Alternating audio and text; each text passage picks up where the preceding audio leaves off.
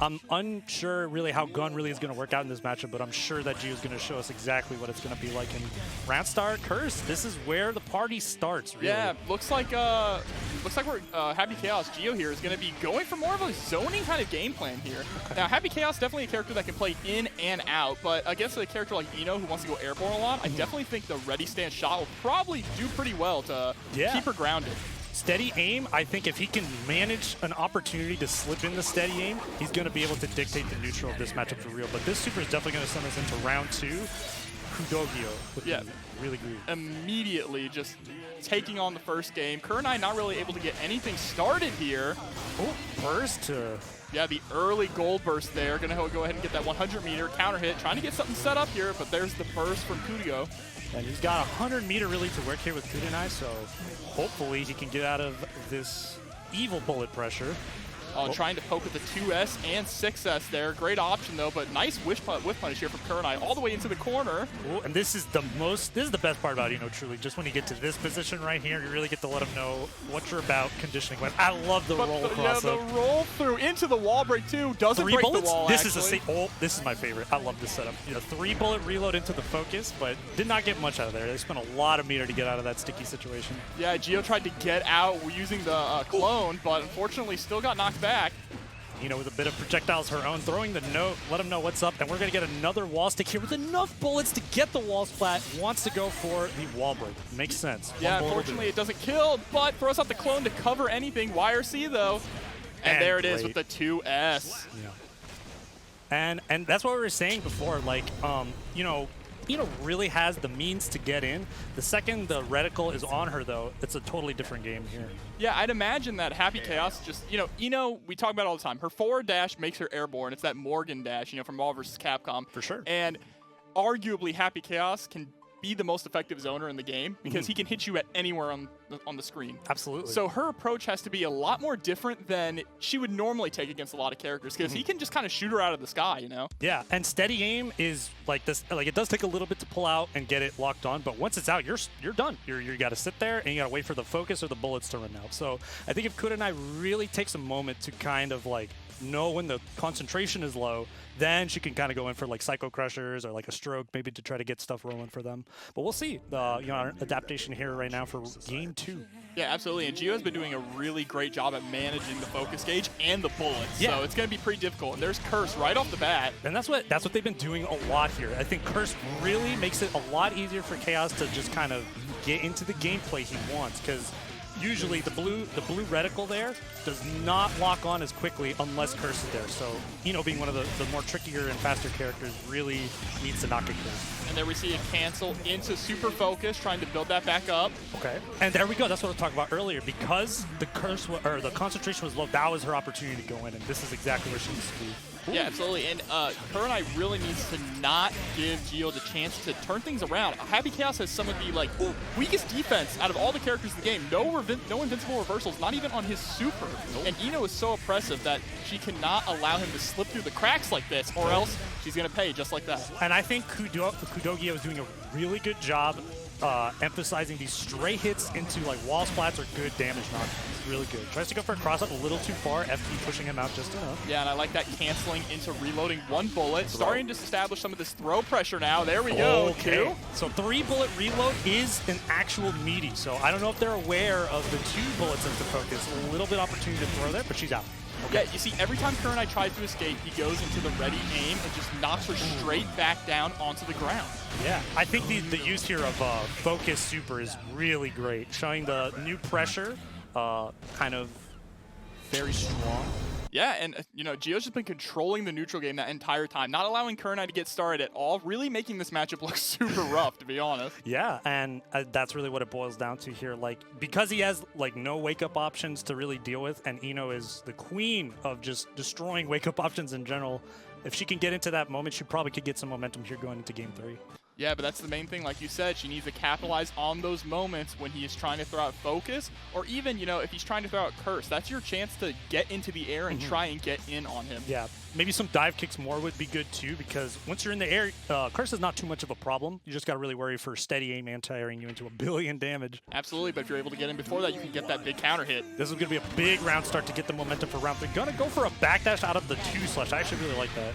Ooh, it's party time. Yep, early burst to try and turn the momentum around here from Gio. Now going to play that zoning game, reloading after every shot. I like the dash coming out of the blue reticle there. Uh-oh, gotta hold that. Oh, just guards? Okay. Ooh, a little bit of a tick throw here off of the 5K. Back to that zoning option. There we go. We saw the dive kick potentially try to come out, but it did connect. He is 2 for 3 on those cross-up rolls there. This should be a combo straight into wall break. The big damage combo too. Not going to throw out the super though. Probably not something they were ready for. What? Ooh, and I love the trade of meter there. Very brilliant. And not going for the super actually worked out in Kurenai's favor heavily there. They would not have had the meter otherwise to win in that situation. So great option actually. Okay, let's see if they opt to chill this time. Very powerful to just let him waste his. There we go. Nice. Yeah, that's kind of like the story when it comes to playing against Happy Chaos. Is you just have to weather the storm until those moments present themselves, and then you can rush in. Yeah, and using your meter FD as a resource to kind of like wade the storm so you don't use your health instead. Very strong too. We're gonna go for reload 3. Okay. And Happy Chaos and Eno, probably 2 characters in this game that use that slide of wall tech more than anyone else, and to great effect too. Yeah. You see it all the time from Happy Chaos players. Yeah, and the great part about Happy Chaos too, even if you're versing somebody who can DP out of that, if you do a clone, you're opting for better pressure and also what a run up gold burst though. And here we go, gonna cancel the super. No, doesn't even need it. Just the 5K. Just give him the feet. All right, this is game point for KudoGio.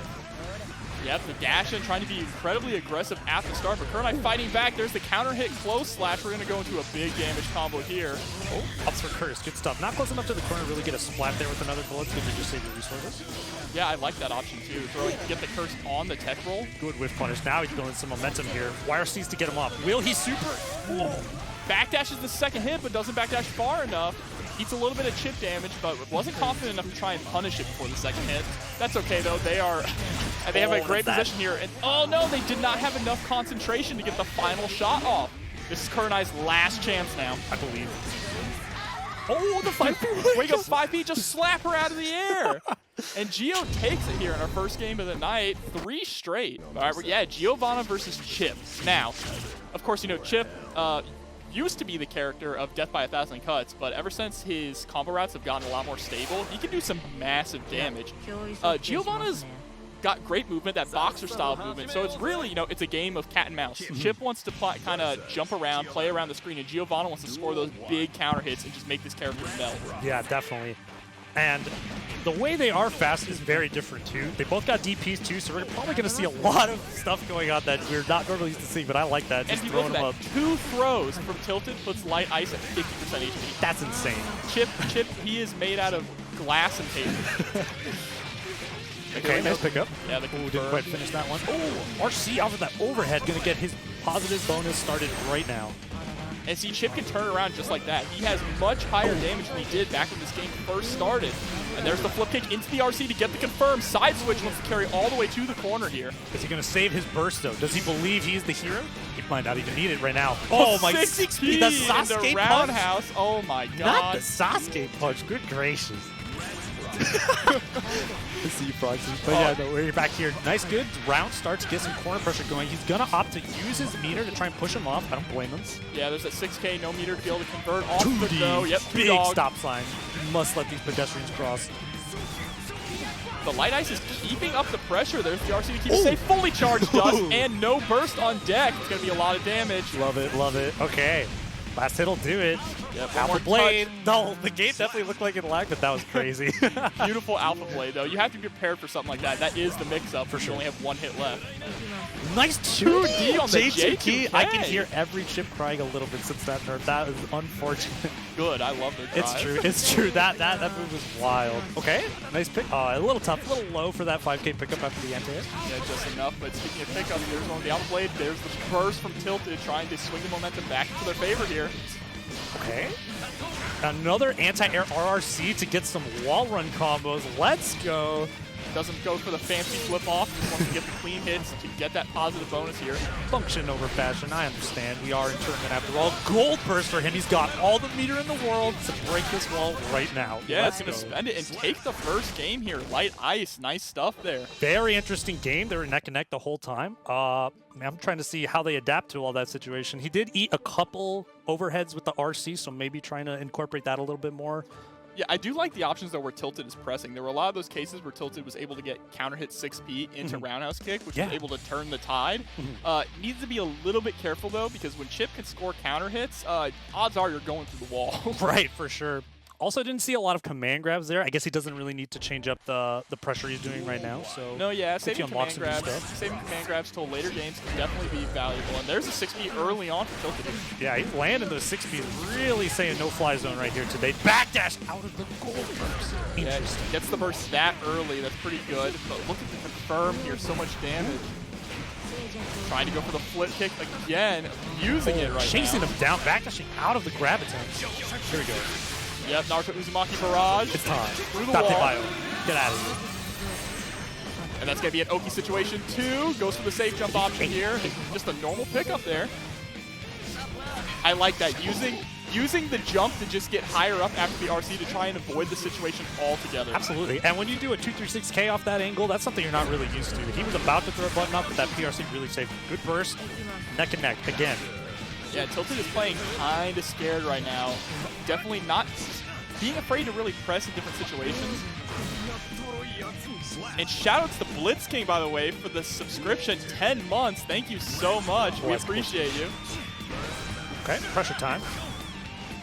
Not by enough more than he can chew. Knows that up dog is the last part of his pressure if he wants to take a risk. Yeah, Tilted's gone for that forward dash DP a couple times. Saw the FD. Said, it's Christmas time, get this grab. Wake up 2P, just pressing out here. Oh, he's rushing down. Nice block, dash block, hello. Yep, there's the RC at the pause to wait for the burst. Gonna go ahead and continue the combo, push into the corner. Ooh. Little too low to get that. We're good. Yeah, Tilted decides to hold onto the burst, doesn't want to be a hero here. Smart stuff there. Very smart. You can tell he was definitely looking for that pause, he had so much hit stun. All right, LightIce going straight to the air. Round star trying to find something out, but Tilted getting the early advantage here. Push all the way into the corner, backing up. For a lot of health right now. Uh-oh, tables have turned. Back to the corner for Gio, but 6P. A clean 6P too. Master of the fizz today. Ooh, that just got into a punish, okay? Yeah, not able to get too much off that punish, but now that has to be inside Tilted's mind, knowing that they're ready for it. Not only are they going to just block it, but next time they will punish it even better.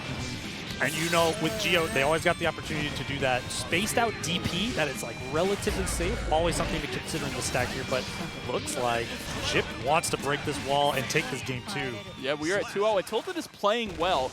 Tilted is getting rounds, just not able to close out the key moments. It definitely seems like they get a little too cautious towards the end, and I feel like in a matchup against a character who dies as fast as Chipp does, and as slippery quick as Chipp is, sometimes you just have to like smother him.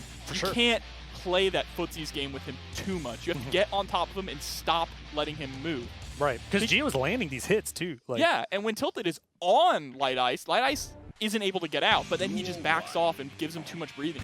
Yeah, and I can understand if he's trying to like get some real cash out from some of these reversals and stuff, but he hasn't really been showing reversal DP, so I like the idea where perhaps he could just be a little bit more smothered in this matchup. And speaking of reversal DP, there it is, right away. Right away. Okay, 6P to walk across it. Bro, shut up, Proxy. All right, ooh, full trade there. Gonna go ahead and RC backwards. There's a little bit there. Pressure. Yeah, because you saw there the back RC a little bit too not in, like you were saying. The smothering would have been nice if he probably went in for that. Yeah, absolutely. But here we are. We are on set point now for LightIce. Tilted has to dig deep. One more. This is the smothering. You were right. Yep. I like it. There it is. Tilted is starting to throw in more of these 2Ds to catch anything that LightIce is pressing to get out of the pressure, and I like that a lot. It's paying off. Ooh. Honestly, those flip kicks have been getting a lot of mileage as well. Here we go. That was literally 5Ps. Let's go. Bro, perfect. Yeah, give him the elbow. Okay. Tilted. Obviously not tilted. cracked, in fact. Yeah, and LightIce definitely does not want Tilted to start to get momentum here. If Tilted could take this round, we might see a reverse 3-0. Oh, I believe that was a grab attempt, and he just jabbed right out of it. Uh-oh. We've seen this situation before. Yep, and consistently landing that 6K RC, always. LightIce, I mean, Tilted needs to watch their dome here. Yeah, maybe. Oh, another 6P. He's been on it with these 6Ps, too. No confirms off the 6Ps, though. Doesn't have the meter to go for super, and we get a burst there from LightIce, who still has that positive bonus. A swing and a miss, but Chipp ready to capitalize. Will he close this round? There's the RC. Yo, I thought that was going to drop, but LightIce holds it higher. Oh, but man. LightIce takes it. Another clean 3-0. It's 2 3-0s in a row here. You can really see, though, that... Try, bro. Ooh, okay. Nice little orange. Got the edgy Leo. All right, immediately, SteakFox is trying to establish that fireball pressure early on. The unblockable neck quick process. Oh, not a rollback. Right? Nice. I like the whip JP. Trying to maybe bait something out here. Yeah, and Smug Sensei just kind of immediately baiting out the very first DP. That is what has SteakFox thinking, or he just does it again. Yeah, and actually, I don't know if they fixed this in the new patch, but back in the day, there was a setup that you could do, and you would have to change it for Leo's DP because the hitbox was so far forward coming out in the first frame, but Smug Sensei kind of running away with it there. It's the first round. Yeah, and Smug definitely showing that he's already prepared to play around that Leo DP, because we know that Leo's DP is the great equalizer in all of his matchups, especially against these heavy set play characters like Eno. Yeah, and then the fact that he gets a knockdown afterwards and the kind of pressure he has on knockdown is just very strong. And there the stroke underneath the fireball, Galaxy Brain stuff here from Smug. Let's see if Leo can adjust around these, kind of scout out for these strokes. Ooh, the PRC confirm, and there. Oh, tries to pick up with the PRC, just a little too heavy though. Oh, uh-oh. Right. Backdash got punished there within a 2H, but we're still good. A lot good recovery frames on that move. Yeah, stealing the turn back, counter hit 2S. Doesn't get much off, but the backdash to the throw. OTG is going to take the first game.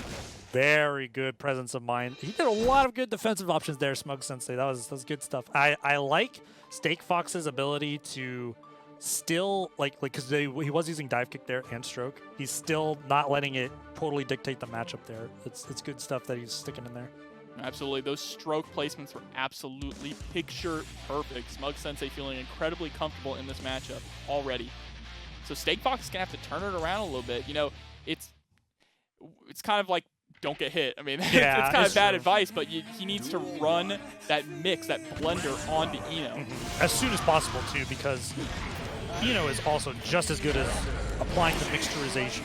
Burst is out for SteakFox. He wants the mid-screen. Yep, nice. There's the run-through. We're in that back turn. This catches the backdash with the last ride powerbomb here. The timing. All right. Chilling. Ooh, unfortunate. Another 2H, though. Yeah, just that was a little badly spaced. Okay. And that DP was also a little badly spaced here. Smug Sensei pushing SteakFox all the way into the corner, and there's the wall break to take the round. Very fast round from Smug Sensei there. Let's see if we can get this round start in SteakFox's favor here. Has been kind of, ooh, 2D anti-air. And the pickup with the 2K also picture perfect. Very ready. He's going to get this wall bounce. That's what I'm talking about. He's got the start round momentum. Let's see if he can carry it into this round here for the day. Yeah, and he has that positive bonus too, building up a ton of meter, going to RC to keep the pressure going. Has enough RC to do it again. There's the PRC into 2H. That's backdash punish. He has to get the burst. This is really good for him if he can close this out. The longer this round lasts for Eno, the better, because she wants to get that burst back. Yeah, but unfortunately, Eno was going to die in one more hit, so that burst, trying to play the hero here, but it might be working. Burst is back for Candy Hero Burst, and she strokes under it. Last chance for SteakFox on this game. Can he make it a 1-1? 600. One more touch. Dashing in for a 2H. PRC, and there it is. Oh, the punish. He did not go for the ground pound after. And that puts Smug on 2 points. Yeah, what a comeback from Smug, throwing out the hero burst, and it actually pays off. Yeah, that was is crazy. Great stuff there. But SteakFox needs to not let that get to them. That's the kind of round that can kill your spirit. Oh, absolutely. Yeah, no. And that's the kind of game, we were talking about that a little bit earlier. People explode. You get one knockdown, and that can happen to you. But I like what SteakFox showed us. I believe he has this matchup at least understood. He just got to adjust it a little bit for Smug Sensei here. Yeah, he's got to close out those rounds. That is the key. Sometimes it's easy to get them right before death, but right when you get to that critical moment of closing it out, you choke. And we got a pattern. His round starts are going towards the Ino's favor, so he has to use the burst just to make sure that we can get back on even footing. Smug is feeling so comfortable, he's starting to throw out note for OP. Very good, very good. Back dash out of the 6K. Punish the throw. All tried to pick up with the chemical love. Right now, Smug Sensei's in and out is very good. He has got to beat. SteakFox is going to have to discover right now. Yeah, SteakFox just has no clue where to press at all. And Smug Sensei is sitting here. There we go. Okay, that DP, that is the perks of Leo's DP. It automatically corrects sides, so it was able to beat that cheeky cross up there from Smug. Oh, doesn't go for a stroke this time, but he did FD. Okay, the counter hit, no conversion though. Punch, punch. Caught another backdash. But we do get a conversion here. Goes for the fancy JD combo. Not enough for super, but that is okay. It's an easy 40%. Trying to get back into this staying alive. JD. Too good. Let's go. All right, and SteakFox taking the round. But Smug Sensei still sitting here on set point. Only needs one more to make this our third 3-0 of the night. People are out for blood tonight. All right, a block on the stroke. Playing some very patient neutral here for two very fast characters, but he gets the hit, goes for a whoa. Yeah, the counter hit gave him just enough time to do a micro dash and still confirm, and there's the wall break with the super. Oh my god, one more mix-up here is going to decide it. On his back, jumps out of it. This is it. I want to see what Smug did to you that last game. Show me right now. He's going to get the pick up. Okay, this is great for you. Just got to be careful of that meter. It's gone. Needs to be careful to not get hit here too. Throws up the fireball. That's counter hit JS, but drops the combo. Still has the corner though, can't be afraid. The stroke went underneath his 2D. I know. And it's funny because we saw earlier the 2D anti-airing and now it got stroked under. Crazy. Stroke's low profile is so low, it actually goes underneath Leo's 2D. I have not seen that. Me neither. That's tragic. That is. R slash. We've got some ghost magic. Well, I got some fist magic. Up here against Water, rocking the blue Zato. Very on brand. I like it. Let's go. Water 1. Not mistaken for Water 7. 6H, big. Oh, no confirm with the 6S though, but that's all right. RC backwards to bait out the burst. And that is the mark of a top player there. Mike just immediately going to town. Okay, using his meter, starting to get some stuff going. But this blocking and patience here from Mike. Okay, send in the frog. Control the neutral. I like this. Mike's not being too crazy. Mike is a really interesting Soul player. He plays so incredibly patiently. Yeah, I can tell. You don't see from too many Soul players. A lot of them really like to go in and go ham. Mike is willing to sit back and play that Footsies game. But Water with the massive conversion here. Okay, yeah, definitely get a hero burst for that. And the throw into the corner with the RC. Wow, what a comeback from Water. I can't believe it. That was amazing. Yeah. In that case, maybe playing passively towards the end did not work out in Mike's favor. Yeah, I mean, to a degree, right? The Zato pressure is scary if you want to show, but perhaps a little too much here. There you go. He's doing a good job blocking this pressure too. This stuff is not easy to like run into. Yeah, and there's the 5K. Oh, right into wild throw. Look at that damage. Ouch! That's a lot of fire. No super, but don't need it. It's okay. He wants that for pressure. Oh yeah, holding on to that meter is always nice. God. Great air tech there with the throw. I think he hurt his jobber. He's going in.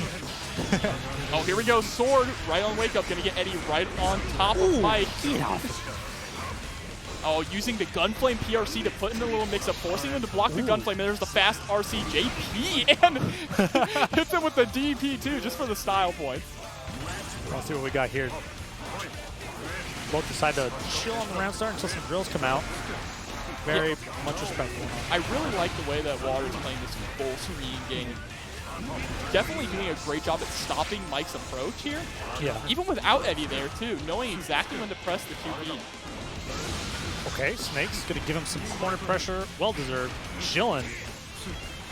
Trying to throw out that 2S, create some space there. All right, perfect 2S to kill little Eddie. Ooh, and baits out the burst really late. Oh man.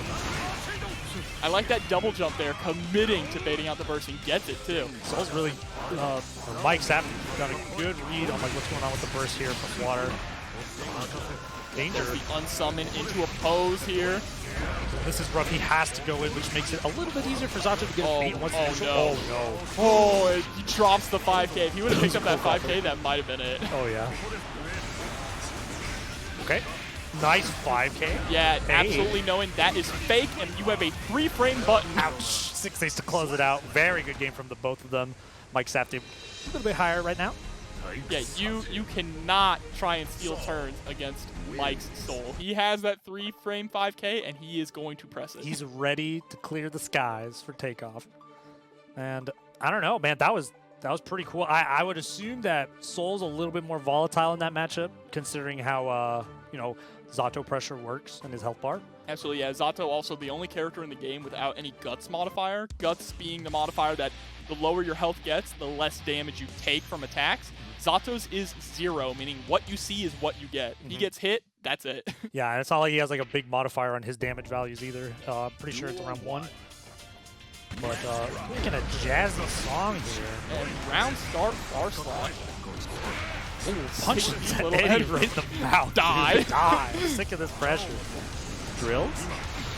Pushing him back. Very cool combo. Let's go. Push all the way. Oh time. no! Almost got the almost got the wall break combo that dropped there at the end. Drills. Oh, again, just a little too low to the ground. And Storyteller is a very good song. No, see, he baited the burst there. He knows that he's got a beat, but I like Water holding. And I like that attempt at using the JD too there from Water and trying to escape the corner, but Mike was chasing with a JD of his own. Really going for burst save stuff here. I don't blame him. The throw is smart. And that's what you have to do at a pose. Wow, mistimes the meaty Fafnir, but gets a whip throw from Water.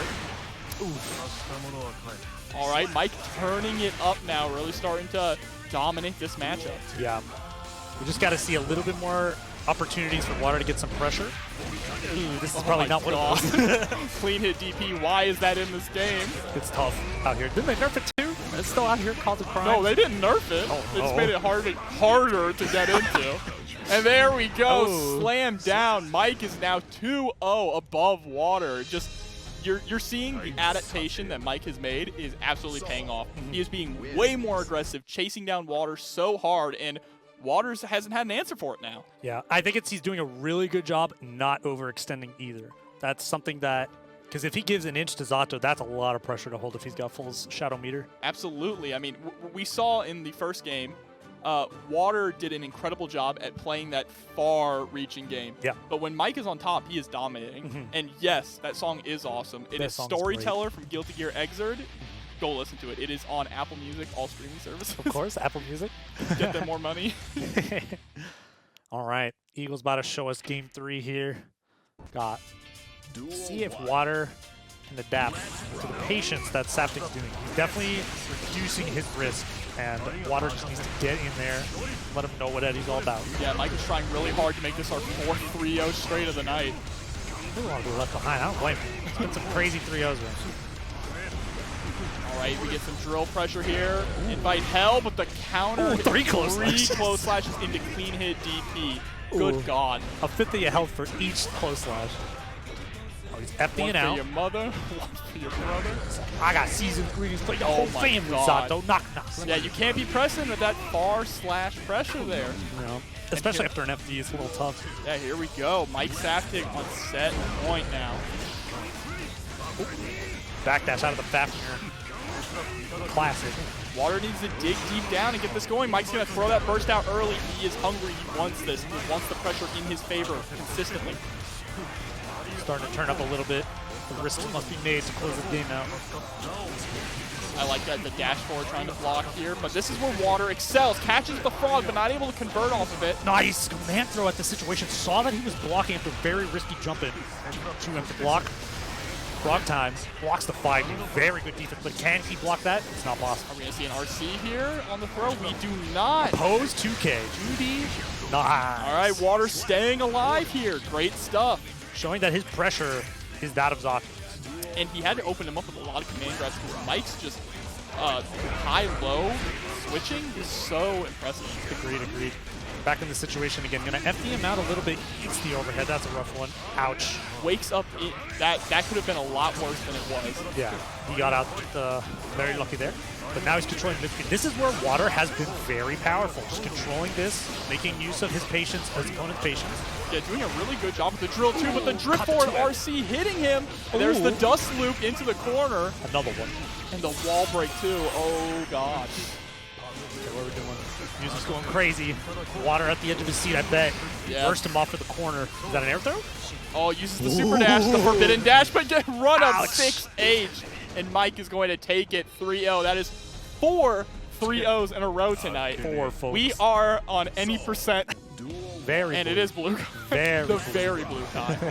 I like Pink Zot. I'm not a big fan of how Eddie looks here. And he's already surfing in his time. Already establishing this pressure early on from Osmosis, but Kizzie K not afraid to try and fight out here with some of the bar slash.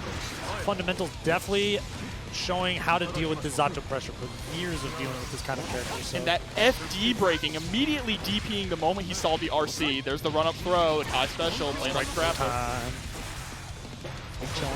All right, we see a burst here from Osmosis, trying to create some space to get out of the corner here. Going to unsummon Eddie. Surfing back in. Drills. Yeah, I like the way that Osmosis is unsummoning Eddie when he realizes nothing is reaching Kizzie. Yeah. He immediately unsummons him to try to throw something else out. And wow, what a conversion there with the flip kick. Unfortunately, not able to confirm after it. I love this neutral that they're playing right now. They're like trading resources so effectively, and it's just really fun to watch here. But that throw is definitely going to give round one to Kizzie K. Honestly, I liked how Zato was playing that. Like, he got a couple good openings. It's just Kizzie K's defense is very solid. They'll probably have to mix things up a little bit here.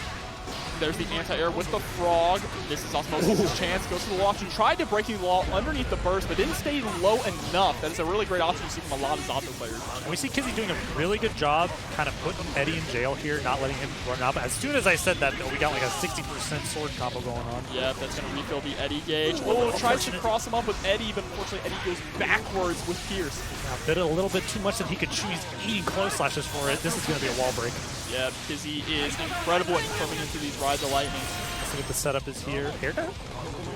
Oh, 5K, of course. 5K is active. That is an active button. Kizzie fulfilling the prophecy, beginning his 3-0.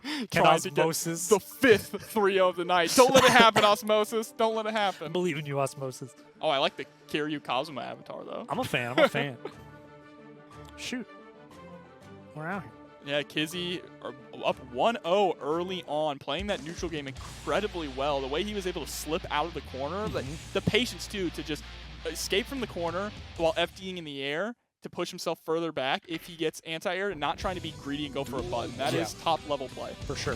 And that's really what it's all about, especially in a game as volatile as this. It's like, I'm trying to reduce risk and do what my character does best. Yeah, you want to pick your punches, right? For sure. And like a lot of top players are saying, doing nothing is huge, especially if you're a character that has a lot of pressure. But speaking of pressure, it's frog time. Counter hit 6H, Kai's biggest damage starter. Opts out to break the wall, wants to hold on to the corner pressure there. They're both sitting at 50 meters. We'll see who bites first when they want to spend these resources. Counter hit 2S. Yep, there's the RC drift backwards. Kizzie special. Oh, damn. With the DP. A second DP breaks the wall and kills. Killed him. Yo, call Sage. Call Sage right here. Okay. Lots of 2S bounce starts. I don't blame them. They got really good 2 slashes. Kizzie immediately pressing right after seeing Pierce. There is a gap between the first and second hit of Pierce that you can jab Eddie out of to kill him. And that is a good opportunity for Zato to bite back if he assumes you're going to do that. Oh, gets the low option, but no confirm. Oh, it's all right. Goes for the command throw here. Going to build back up that Eddie gauge. Get some pressure going. Man grab on the stack. What will Kizzie K do now? I like the backdash, trying to see if he's going to DP there. Count. Oh my god, speaking of high damage starters. Ooh, that's a super. Let's go. Yep, straight into Amorphous. Oh, Not that was quite enough. Just barely timing too with the hit stun, but let's see if we can finish it out here. Yep. And it gets hit with the chip damage there. Frog got a big bag of chips for you. Yeah, caught Kizzie not FDing. Ooh. Run up 2K, I like it. Tried to go for the throw, but good jump out there from Osmosis. Oh, the Piers kind of pushing him away. I don't know if that was intentional or not, but he does have corner control right now. Lost Zeddy. Very tough right now. Okay, we're good. Yeah, and that FD, that air FD pushing Kizzie out so far. The way Kizzie is shooting Eddie right now, strong as heck. Oh my goodness. The burst safe route there with the heavy stun edge. There's the throw into the corner. OTG. Saves his meter. Oh, whiffing 5K. This is a chance to get out. Yep, the Frog forbidden time. dash. Oh, the empty 2K again. Getting him 2 for 2 on that. Another one. Does not, the respect from Osmosis to not punish Very good. the stun dipper. Very, very crazy. Kizzie did not even RC. The respect. Ooh. All right, Kizzie's gonna make a mental note of that he just let that stun dipper rip. Yeah. And absolutely nothing there. Could he have perhaps assumed DP was coming out? Who knows? But yeah, one thing you have to keep in mind is that is super unsafe. Oh, And yeah. a character like Zato will have no trouble punishing that with like 2S straight into Eddie. Yeah. So that is, Osmosis is showing Kizzie a little too much respect in that kind of situation. Yeah. I mean, it is fair, you know, as Zato, you don't got a lot of wake-up options. You want to be kind of like careful in those situations, but he needs to start biting back a little bit here if he wants to And he start did have the 50 meter. For sure. Yeah, yeah. Oh. Okay. I like the movement. Yeah, creating space right at the start, and there's the DP letting it rip that time. Oh, no. He's jumped over a lot of drills right now. Nice opposed. Unsummon the opposed. He's microing Eddie right now. It's sick. Oh, there's the pickup. Got caught backdashing with the close slash. Oh my god. Super, very clean.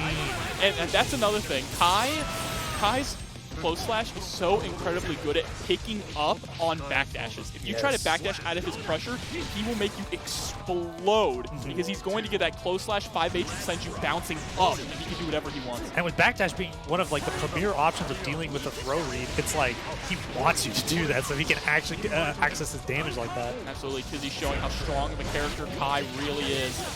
There's the dire eclair. Kick, that's so plus. Thank God for blocking. Yeah, putting him into the shock state makes the flip kick incredible. Makes the flip kick safe on block. That was an insane burst because he got the Eddie and the potential to go back to mid-screen here. Wire C and immediately summons Eddie, putting him on the other side. He got the hit, but dropped the confirm. That was absolutely, you're right, disgusting mix-up. That was close. All right, burst time.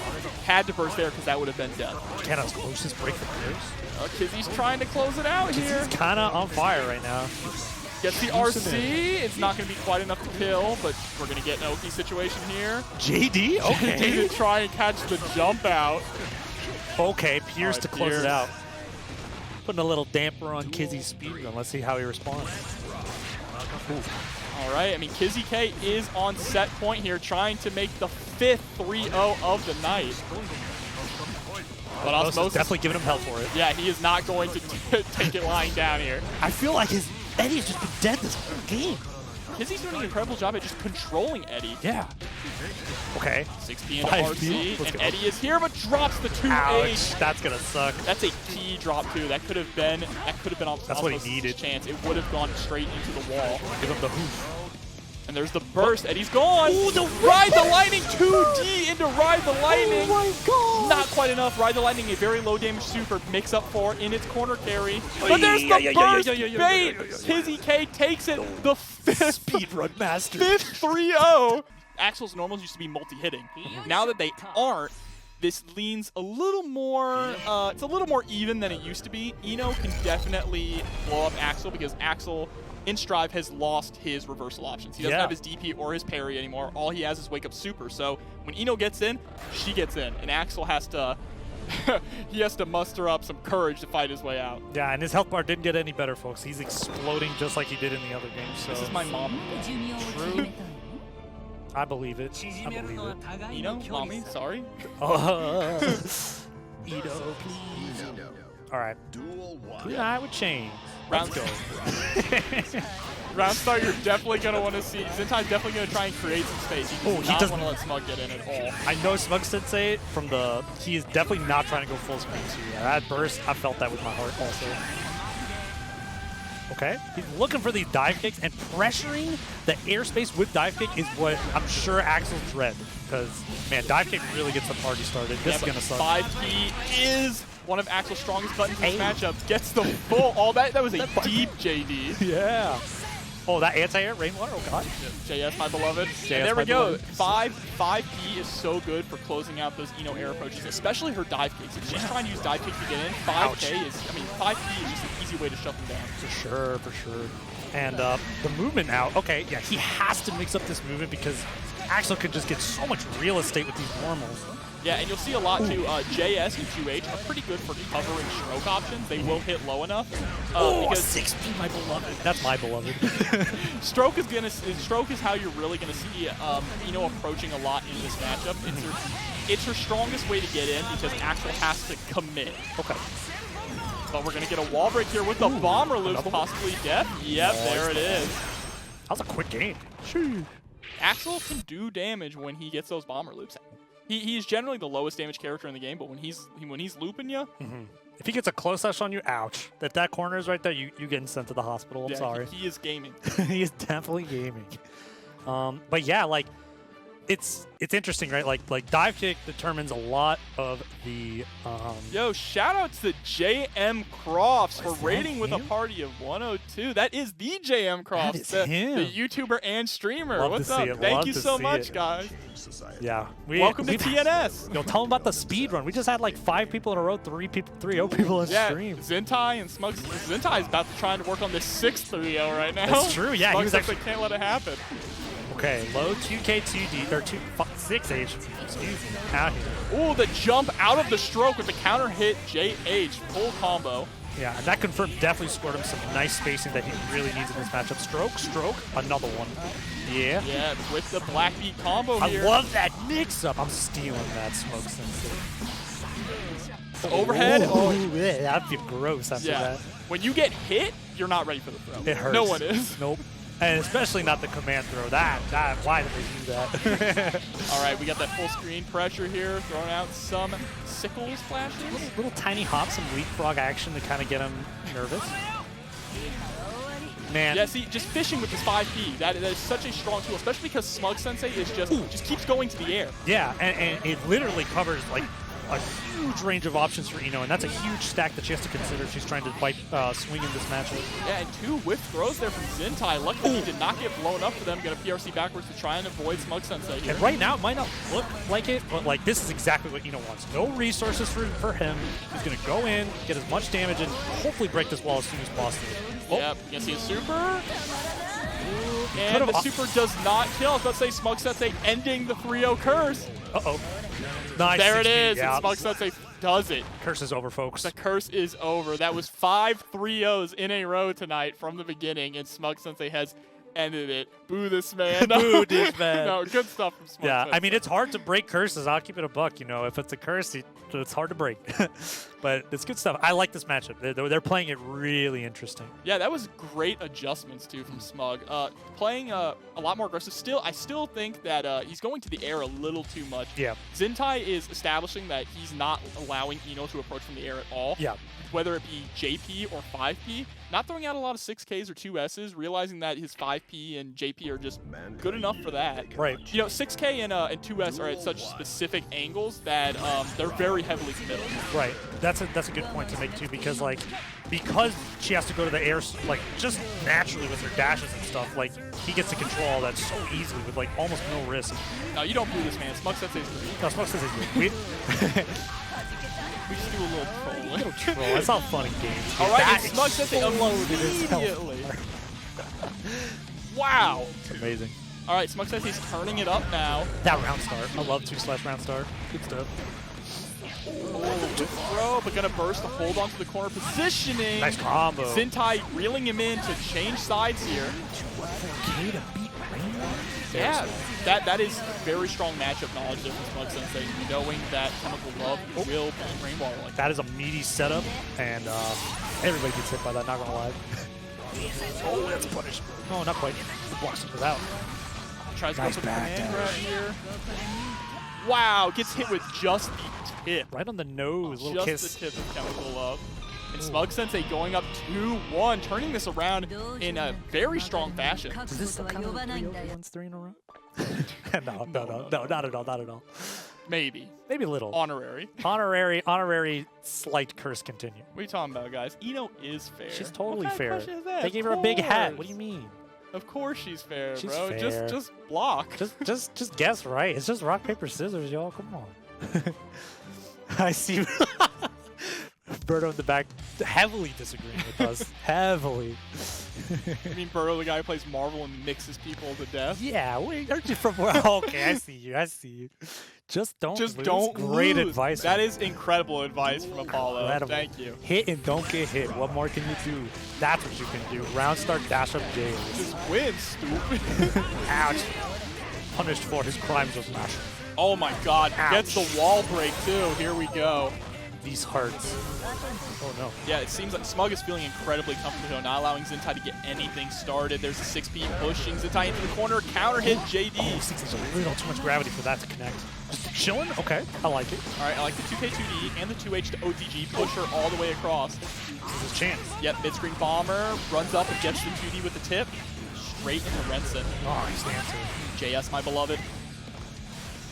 All right, starting to harass. Yep. Just guard. Zintai is going back to what's working. He's starting to harass with this 5P and JS, and it's working out in their favor really well here. Okay. He is really trying to not. Oh, the no! readiest needle of my life. Yeah. Amazing. Tell me about it. Wow. Taking that round, too. And now Smug Sensei is sitting on set point. Zintai really got to hold it together. That could tilt a lot of people. So. Oh my God! Using Chemical Love to beat out the JS and the 6P to beat out JS. JS is getting shut down, removed from Zintai's toolkit here. Okay, pressure time. Another overhead. That was a really sick. Oh. Wow! The burst to keep the corner, a bit of a scrambly situation there. But I like how the 6P avoided the JH from Zintai. Very good stuff. This is rough. There's a lot of pressure going on. I think that's going to be good. All right, yep, had to burst right there. Has 50 meter. It's not over yet. It's going to RC because that is 0 on block. I can feel Zintai clutching this win. I feel it. It's close. Gets the JD, but nothing else. Got The the instant back overhead. Golf clap. I don't want to clap too I don't loud. want to clap too loud. We're not there yet. Zintai's got to pick it up one more round. Get back in the game. I would like to see a game 5, to be honest. Now again, and there's the 6P on the JS. Smug Sensei is shutting down JS in every conceivable way now. That setup very strong. Ooh, enough. Beating out Water again and getting the wall break with the super. Good God, this man's broken in half. Smug Sensei's looking good right now, and one more hit will do it. Yep, gets the clean overhead with a perfect too, ending it with an exclamation point. Smug Sensei taking it 3-1 over Zintai. Traveling forward in the winner's side here. Yeah, in that first game, like, it felt all Zintai in the very first game, Yes. and then something changed in Smug. He just, yeah, Gio's Happy Chaos has been very impressive. I like what I'm seeing. They got it. Like they're definitely got an idea of what they want to do with such a confusing and open-ended character. Look at it. I love this switch that Happy Chaoses are doing where they immediately reload after the ready stance shot. Yeah, that tech brought to you by Lamola. Very, very cool tech. I like that. The Queen Cow. The cow. I've learned so much from the cow. Blessed cow. Oh, great burst bait there from Kreator though with the wall break. This is gonna be tough. Oh, I love that setup.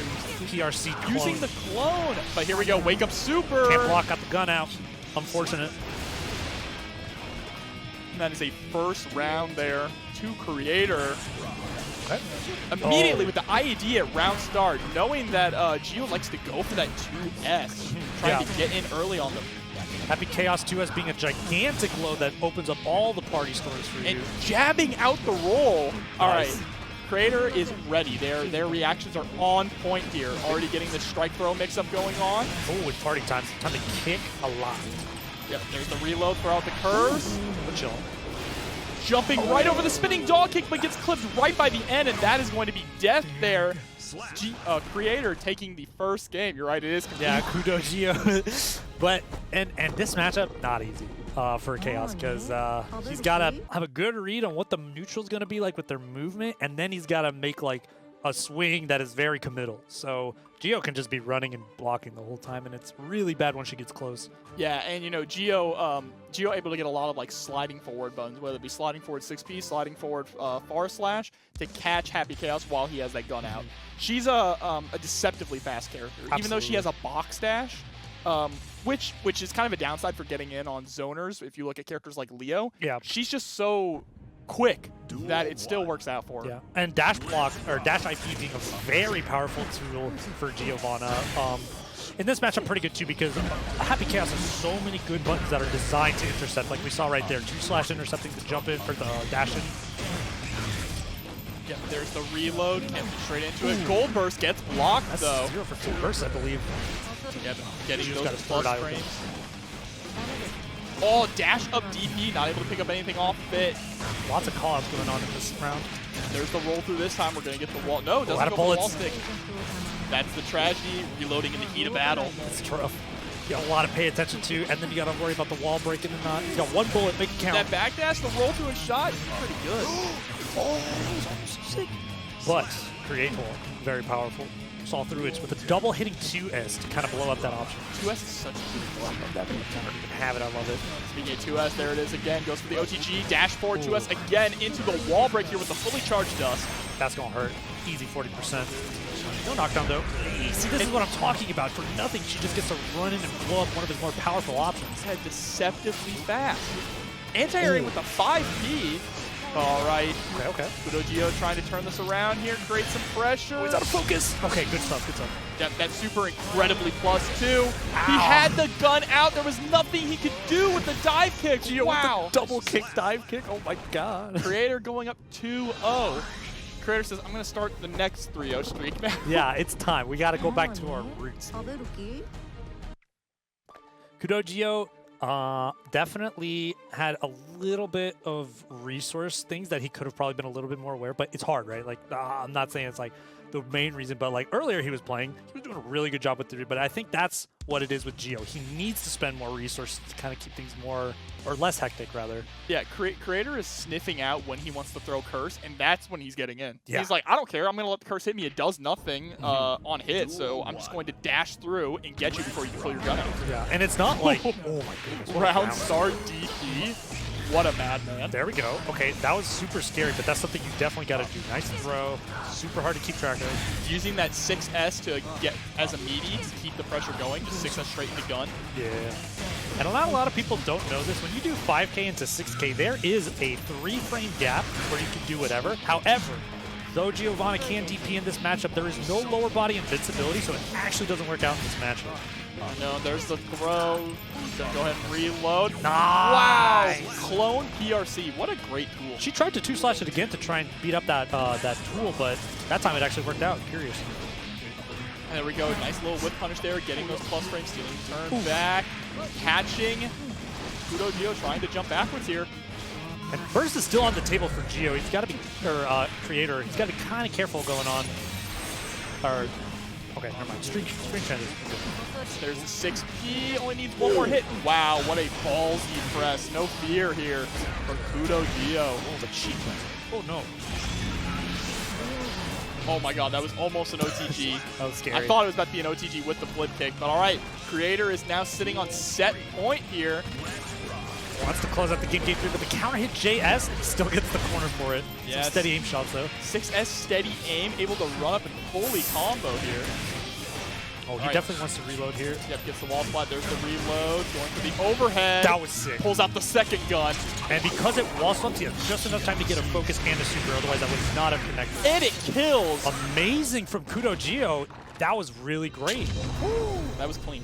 I like it. It seems like he's got a handle on what Kreator as a Gio wants to really be doing, so maybe he can kind of adjust a little bit more here in this next set.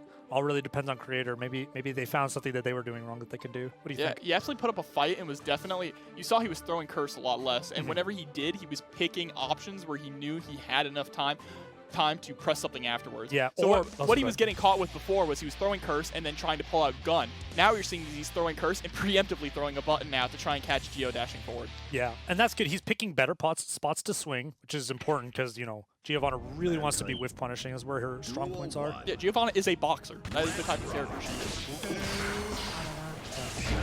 Oh, God. Yeah, unfortunately, you don't want to try to pull out that close. Steady aim is quite the commitment, and bar slash is great for dealing with that. Looking good on resources. Got the buff back and the curse. This is going to be the shooting gallery for at least another 5 seconds. We are playing that zoning game now. Look at him being preemptive here with like his 6Ss and his 6Ks. He really wants to make sure that she's controlled with resourceless sort of tools. And there's the throw into the corner. This is exactly where Gio wants Kreator to be, but Kreator fights their way out here and has 100 meter too. Isn't even going to have to use it. Oh, has to spend it there, drop the combo, but that's all right. Takes the round. Yeah, we saw Happy Chaos getting a little bit antsy on the defense there. I think if he just hunkered down a little bit, it would have been a little bit better for that round. But good round nonetheless, letting us know how he's adapting to this matchup. All right, just using that 5E to get themselves out of the corner here and swapping sides. All right, strike throw is starting to come in. We gonna see another one? There it is. A Burst third on the one? deck for both. No, a backdash tried to bait out the burst, sniffed it out, but went in a little too greedily. Kind of spaghetti here with the steady aims. We're chilling though. The Blue combo. Aye, that's dash like up flying throw. throws. And Kreator taking it 3-1 over KudoGio. I think KudoGio did a very good job, all things considered. Again, that matchup very explosive for Gio, so got a little bit in there, but Kreator definitely just kind of ran his game. That powerful man samurai out here with his blade of Kizzie justice. picked the Chaos theme. I like that. I like that. Love it. Big fan. He is cranking the blood, letting him know what he's about very quickly. And now, no matter who you are, this is a scary matchup for you. I feel like Kai can kind of play this kind of evenly. Kizzie would know that better than me. Probably. But obviously, it's anytime you're fighting Nagoriyuki, it's scary. Look at this. He's already at half health. TestYourLuck hasn't even really done a combo, and that risk gauge is building up incredibly high. Okay, 5K time. And this is really hard for Kai, too, I would assume, because of the neutral. He's just kind of dominated in the ranges that he's usually very good at. That's plus 50, so he's chilling. Yeah, and Kai really has to shut down a lot of Nagoriyuki's crazy options. What a combo there with the JS falling down to catch him. Super burst safe, and he still managed to get like a bunch of damage for it, too, when he got the burst late. Ooh, 5D fast. That's rough.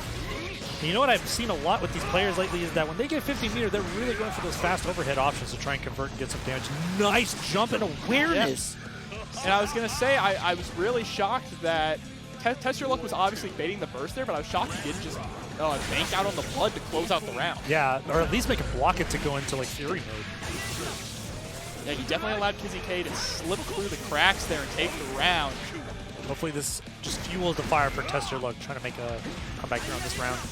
Yeah, you gotta be careful with those jump-ins on Kai. 6P is an incredibly strong tool. Great anti-air too. There's the counter hit 2S. Time to get the party started. Fukio, such a good whiff punishing tool here, but Fireball closes that option pretty well, so he's got to be kind of careful how he wants to approach that neutral. Oh, in the confirm and to ride the lightning. I love these one-hit With the supers. wall break. Kizzie is built different, all right?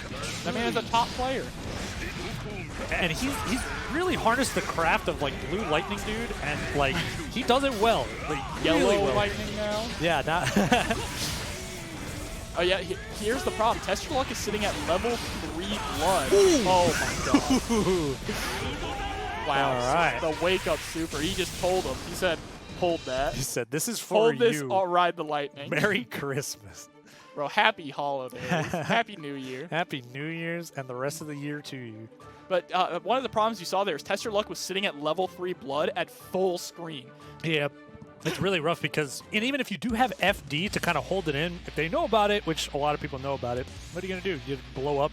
Well, the thing with the level 3 blood is sure, of course, it extends his H buttons, makes his H buttons bigger, allowing him to play that zoning game, but Kai has fireballs. Kai doesn't have to go in on you, and when you're sitting there full screen, you lose access to your special moves, and we're seeing TestYourLuck is going like straight up to going up to level 3 blood within seconds of the match starting. Yeah, maybe he needs to rethink his blood approach and how he wants to like strategize it for this particular matchup. I don't know if you need to change it too much depending on the matchup, but I know Fukio is a crucial part in a lot of matchups. If you don't have it, you know, the matchup changes very much.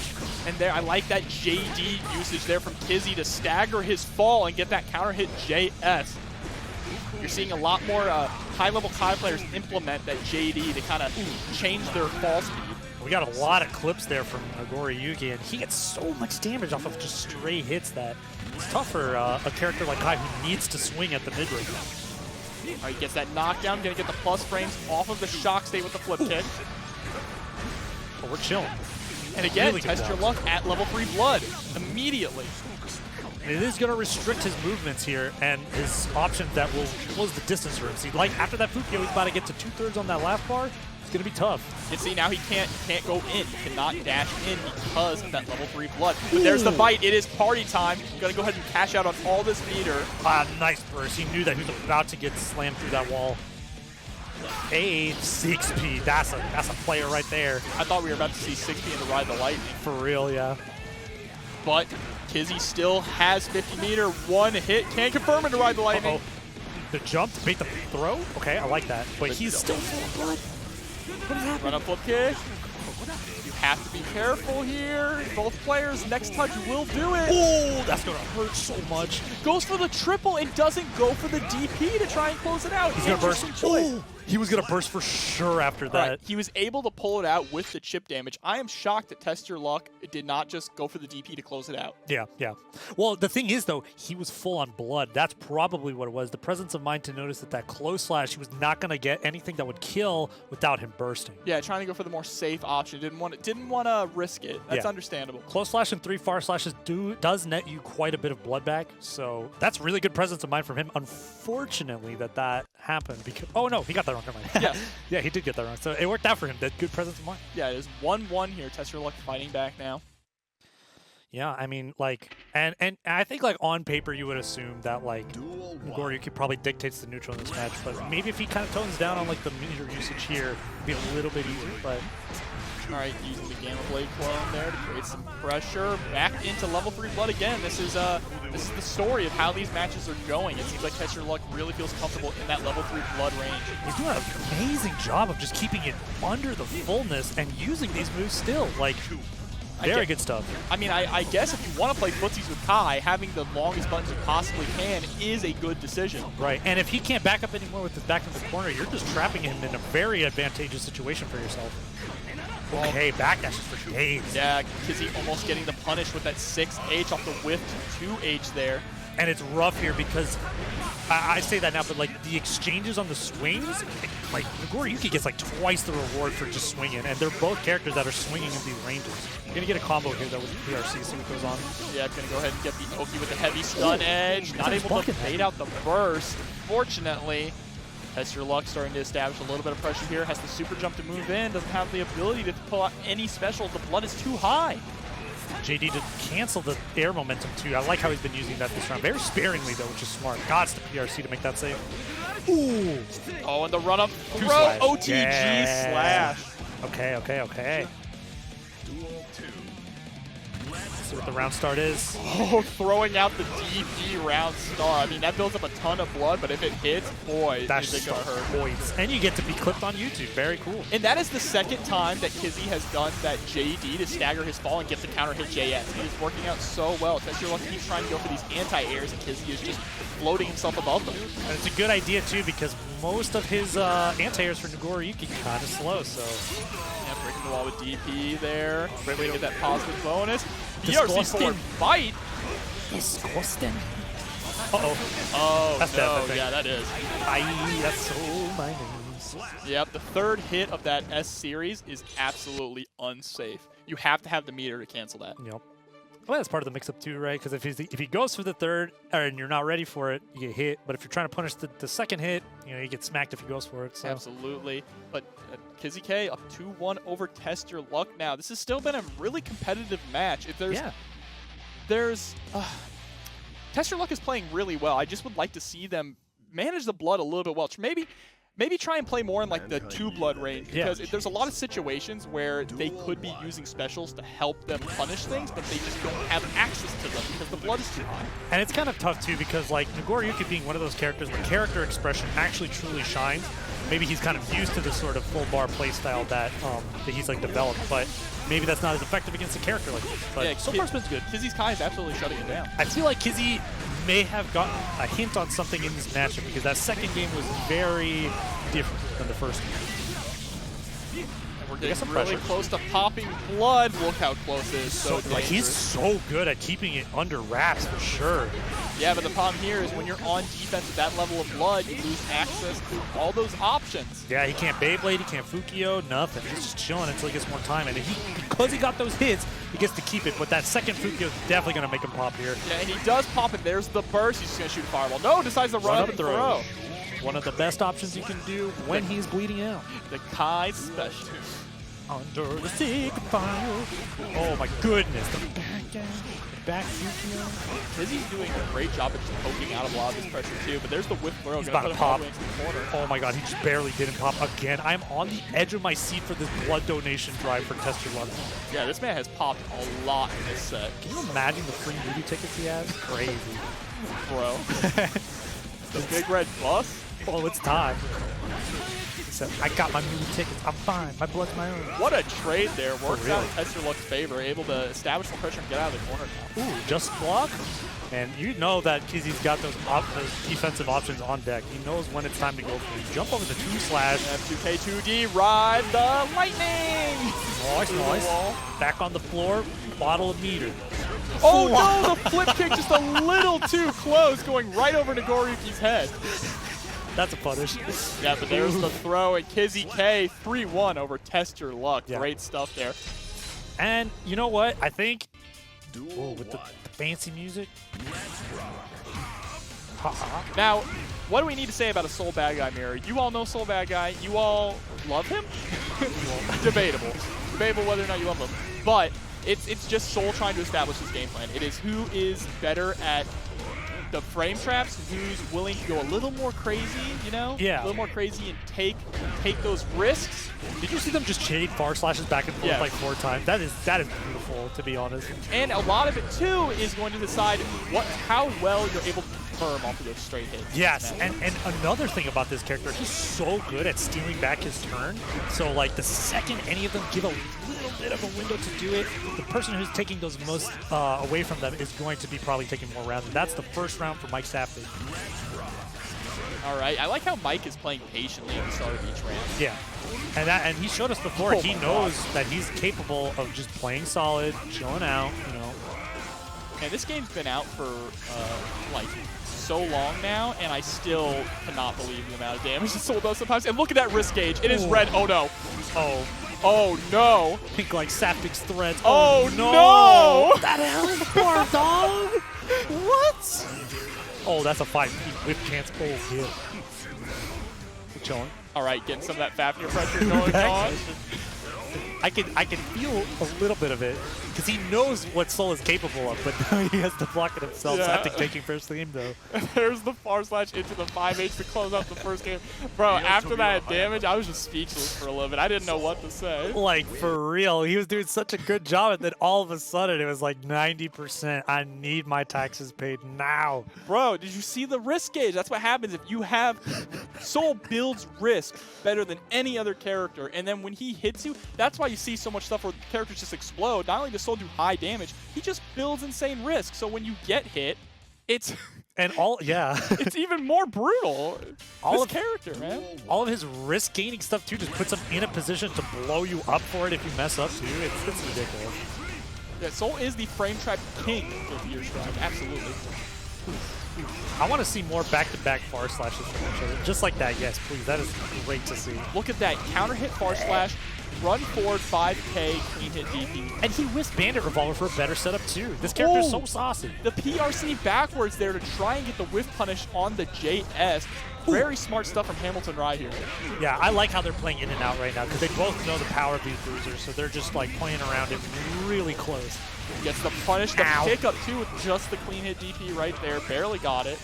Able to squeeze out a little extra damage. With a 6S, I'm going to 6S back. Yep, and Hamilton Rye taking the first round of game 2 with a clean hit DP of his own. Letting them know.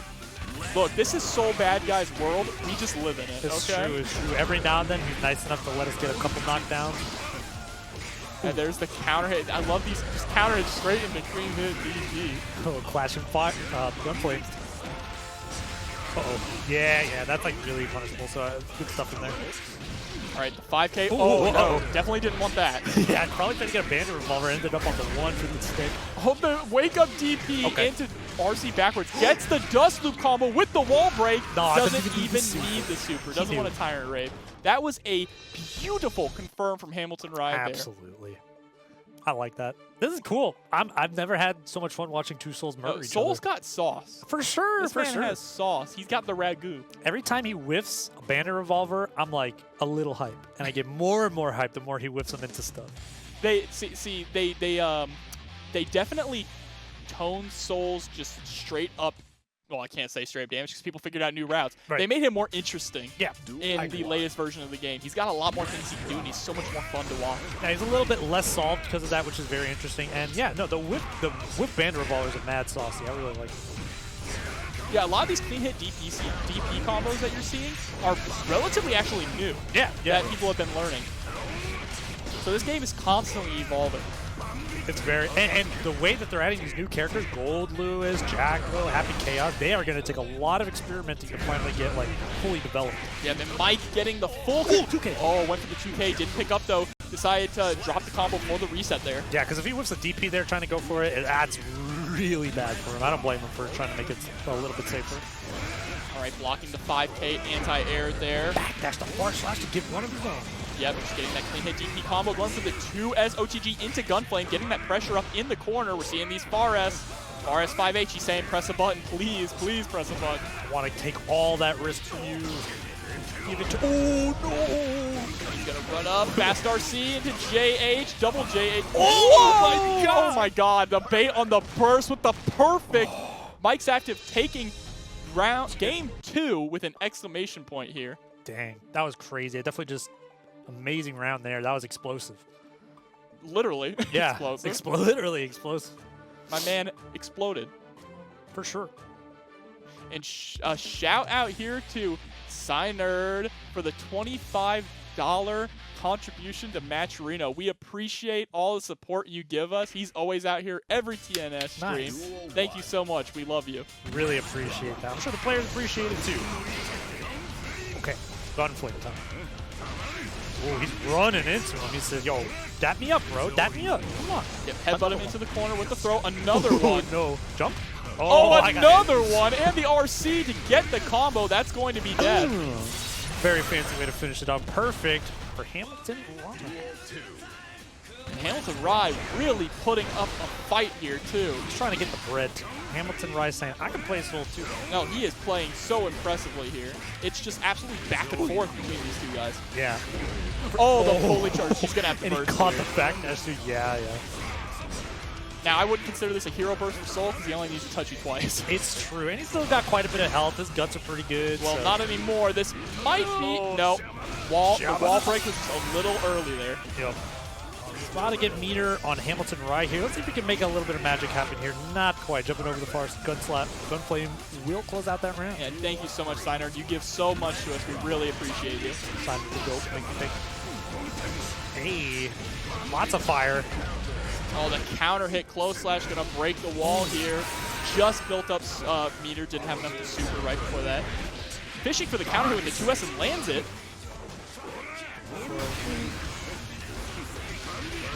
Oh, there's the RC. Fast RC, but isn't able to convert. Definitely wanted probably a JD or something off of that. Versus on the table. Hamilton Rye has all he needs to let this happen. He just needs one super solid hit. Yeah, and I like that BRC backwards to avoid the air throw. Ooh. Trying to bait out the burst so my God, hard. double backdash. And there, baits out the burst of his own. Oh my God, that's a wall stick. No, not quite. But he gets the reset. Yo. Mike must have thought that was going to be a wall stick and wasn't ready. Yeah, wasn't ready for him definitely. to just fall. Oh my goodness. Because it looked like he got caught just not blocking. Did you see how fast that round just ended? Like, he was going to lose that round. Absolutely. And I think this is our first Game 5 of the night. Yeah. I actually think that it is too. And, man, they're both playing out of their mind right now. I'm having a lot of fun watching these. Because the way they're using backdash to get out of their own pressure, they're so familiar with their own pressure. It's cool watching them how they evolve it. Yeah, it's absolutely exciting. So cool. I like it. I like it a lot. I never thought I'd say those words. But I know. It hurts to say it a little bit because he had a lot of cooler stuff in the other games, but he's very saucy. I like it. All right, laying down pressure. Dang, he's so good at jumping over these gunflame pressure loops. Yeah, you can't be obvious with where you're throwing the gunflame or you will pay for it. Yeah, I would like to see Hamilton Rye up. Oh my good golly gosh, no burst allowed, bro. What the heck? We're going to see a superhero. There it is, the Tyrant Rave. Oh, it's about 80%. Goodbye. Yeah, one more confirm will do it. And Hamilton Rye will be sitting on set point. Needs to be careful. Ouch. Time for Sapfig to show him what he's got. Oh, he's got these. Wow, what the hell am I looking at? I'm like, y'all can't see it, but I'm popping off right now. That was crazy. Bro, is this Guilty Gear Exert? That was so cool, bro. I am so happy with these RC drift, like, momentum combos. They're so Yeah, sick. that combo was absolutely incredible. Able to get that wall break and bring him back into this game, sitting on 100 meter here. Ooh.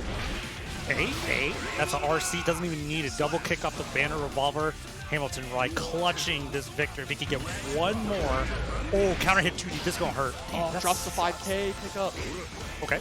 Nice air backdash to avoid the anti-air. Knowing how good that anti-air is, you know, he's got one of his own. So. Oh, I thought this game didn't have combos. Yeah, what? This got sassy. What? Oh my goodness, he's about it. It's over. Yeah, this just kidding. needs to be careful. Commentator's curse. Commentator's curse, no. All right, using the air bandit revolver to get out of the corner there. I like that. Establishing pressure. Finally, Mike's starting to put some strike throw into this. That's one thing we've noticed. Mike has not really been leaning into throw too much. Yeah. Ooh, okay, DP. Oh, that should hurt real bad. Goes for the RC to make sure it's burst safe. He has the meter. Here comes the Tyrant Rave.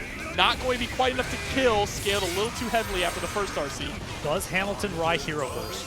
He BRC throws him on the floor. What? Burst is on the table for both of them. On the gold burst. 100 meter. He's gonna close it out. They both have no burst. Last round of the game. Wow, he used the PRC after the Night Raid Vortex to get close enough, notice him backdashing, and just hit a button, said, I can catch you. Perfect checkmate situation. A great presence of mind of Hamilton Rye. Wants the bread, needs the bread. Right, there's the punish with the Bandit Bringer. And the punish off of the block DP. Oh, clean hit DP in the corner. Goes for the OTG, another one. The wall standing firm, but unfortunately breaks. Back foot down for Hamilton Rye, jumping in the air with the PRC trade. Oh my goodness. Not over yet, though. We've seen this situation where both souls are actually in range to win right now. Yep, Mike has very high risk. He needs to be careful. There's the RC. This is it. Mike's closing it out right here with the wall splash. Oh, there's the bait on the burst right at the last second. I mean, damned if you do, damned if you don't for Hamilton. He had to throw out the burst. It was his last chance to stay alive, but Mike Saston scouted it out and punished it. Problem really is though, when Kai is right in the neutral that stops your tricky approach, he's really right, and it hurts bad. Okay. And already it's just a DP right off the bat, establishing that early for Kizzie here. Yeah.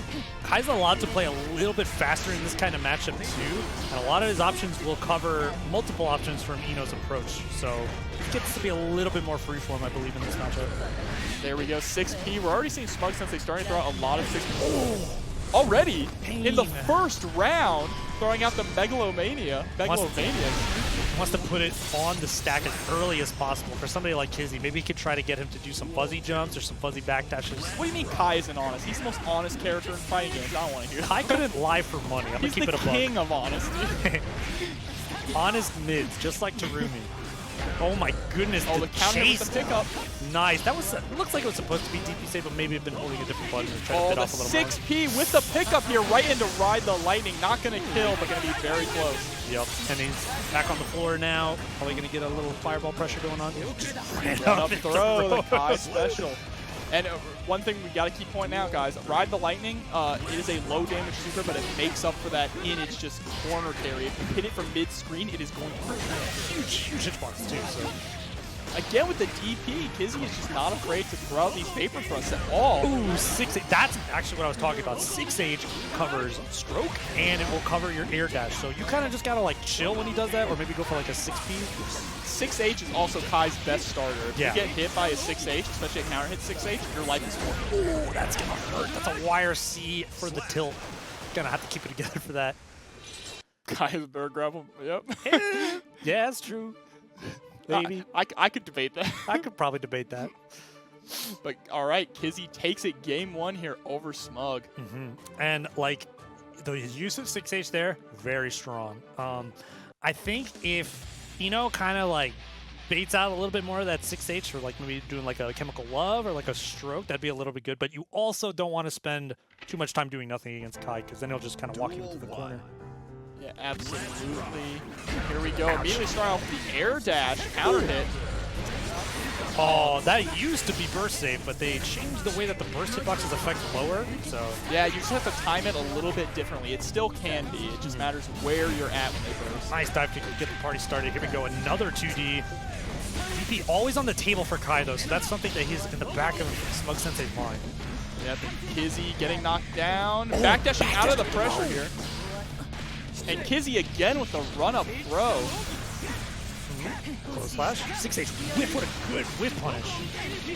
Had And that on deck. I just want to point out that the way that Kizzie uses Stun Dipper is so impressive. Yeah. He uses it better than most Kais that I see in the ways that he's able to just absolutely, he knows exactly when to punish things, and he has it perfectly spaced. Right. And you can see there, she did 6H and did nothing, which is really smart because, again, like, if you're swinging against Kai in that range, you have a good chance of getting clipped and eating damage just like it's going on right now. You see that using that 5K after the hop? I didn't even know 5K hit that high after Eno's hop. It's crazy. I'm pretty sure it gives it a little bit more gravity, too, with the pop-up after 5K. Now, burst is on the table, but you definitely can't burst that. Back to mid-screen, though. Yep, just a little too long, able to tech off. Nice 6B. Chemical. Yeah. Heartbreak time. All right, there's the burst. Yep, had to get Smug off of him. This is a huge exchange right now for both of them. He's gonna... Oh, it's a fuzzy! Dropped the fuzzy setup, though, but was still able to get the knockdown. You can see this kind of evasive movement from Sensei, really trying to bait something out for him, but putting himself in a corner this way.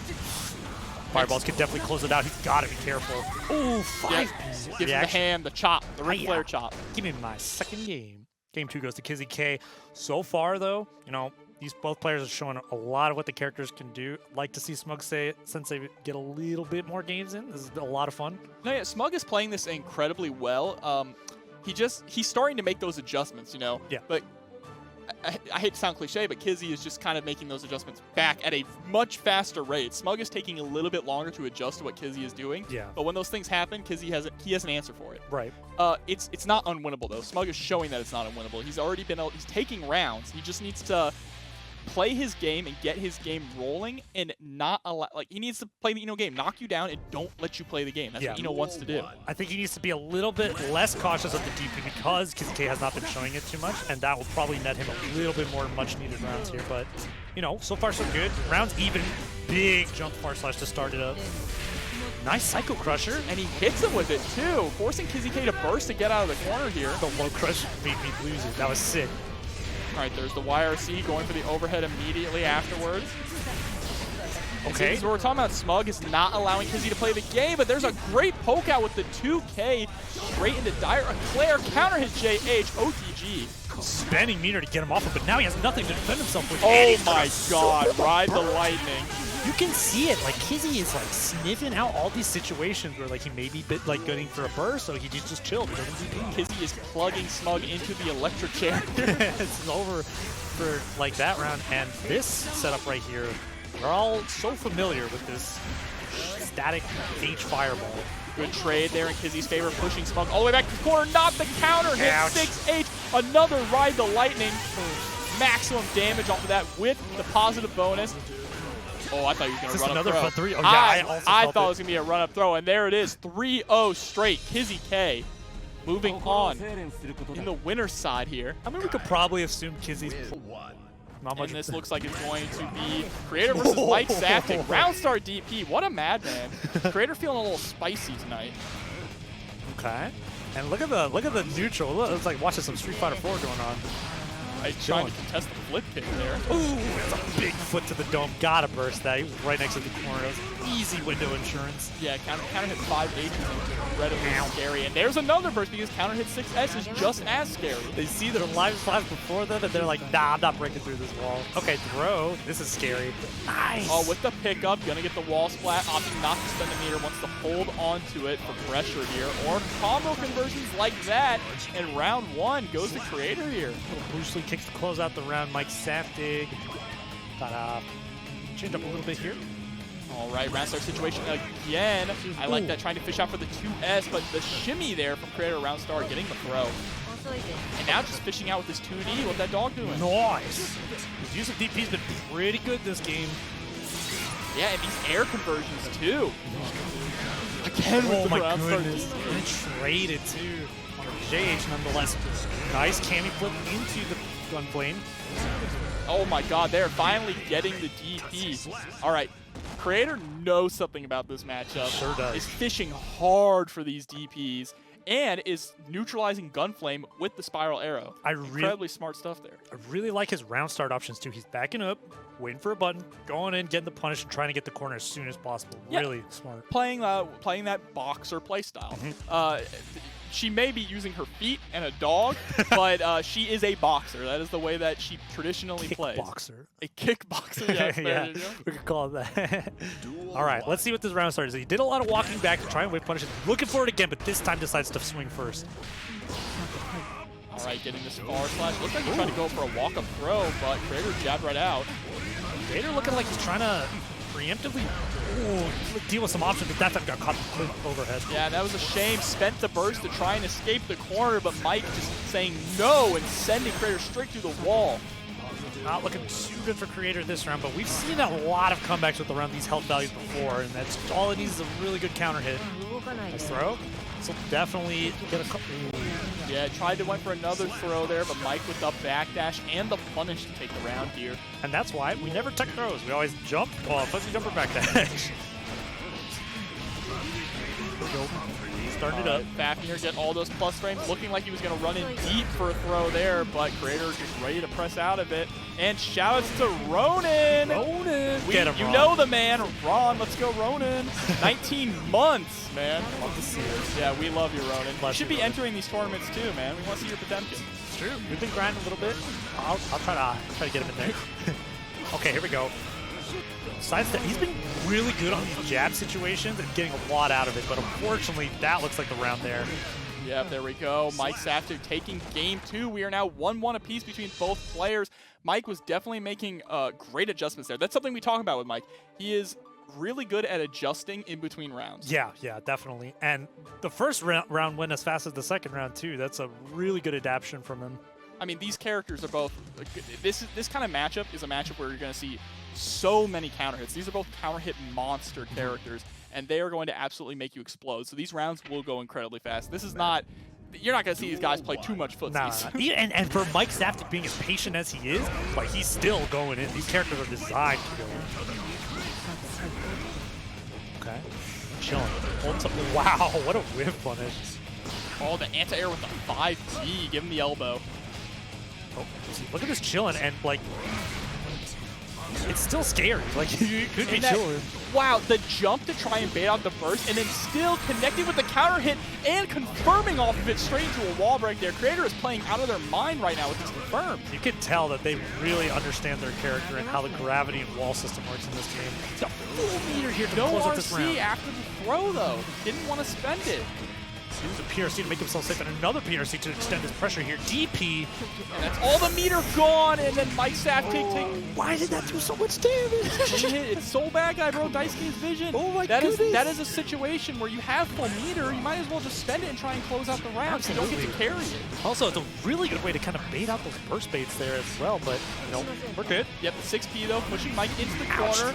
All right, Mike has been using these bandit ringers in the air to get out of the corner a lot, and it changes up too. It auto-corrects, so it's able to really knock the opponent down into the corner too to let him get pressure started. Oh, 2K, dang.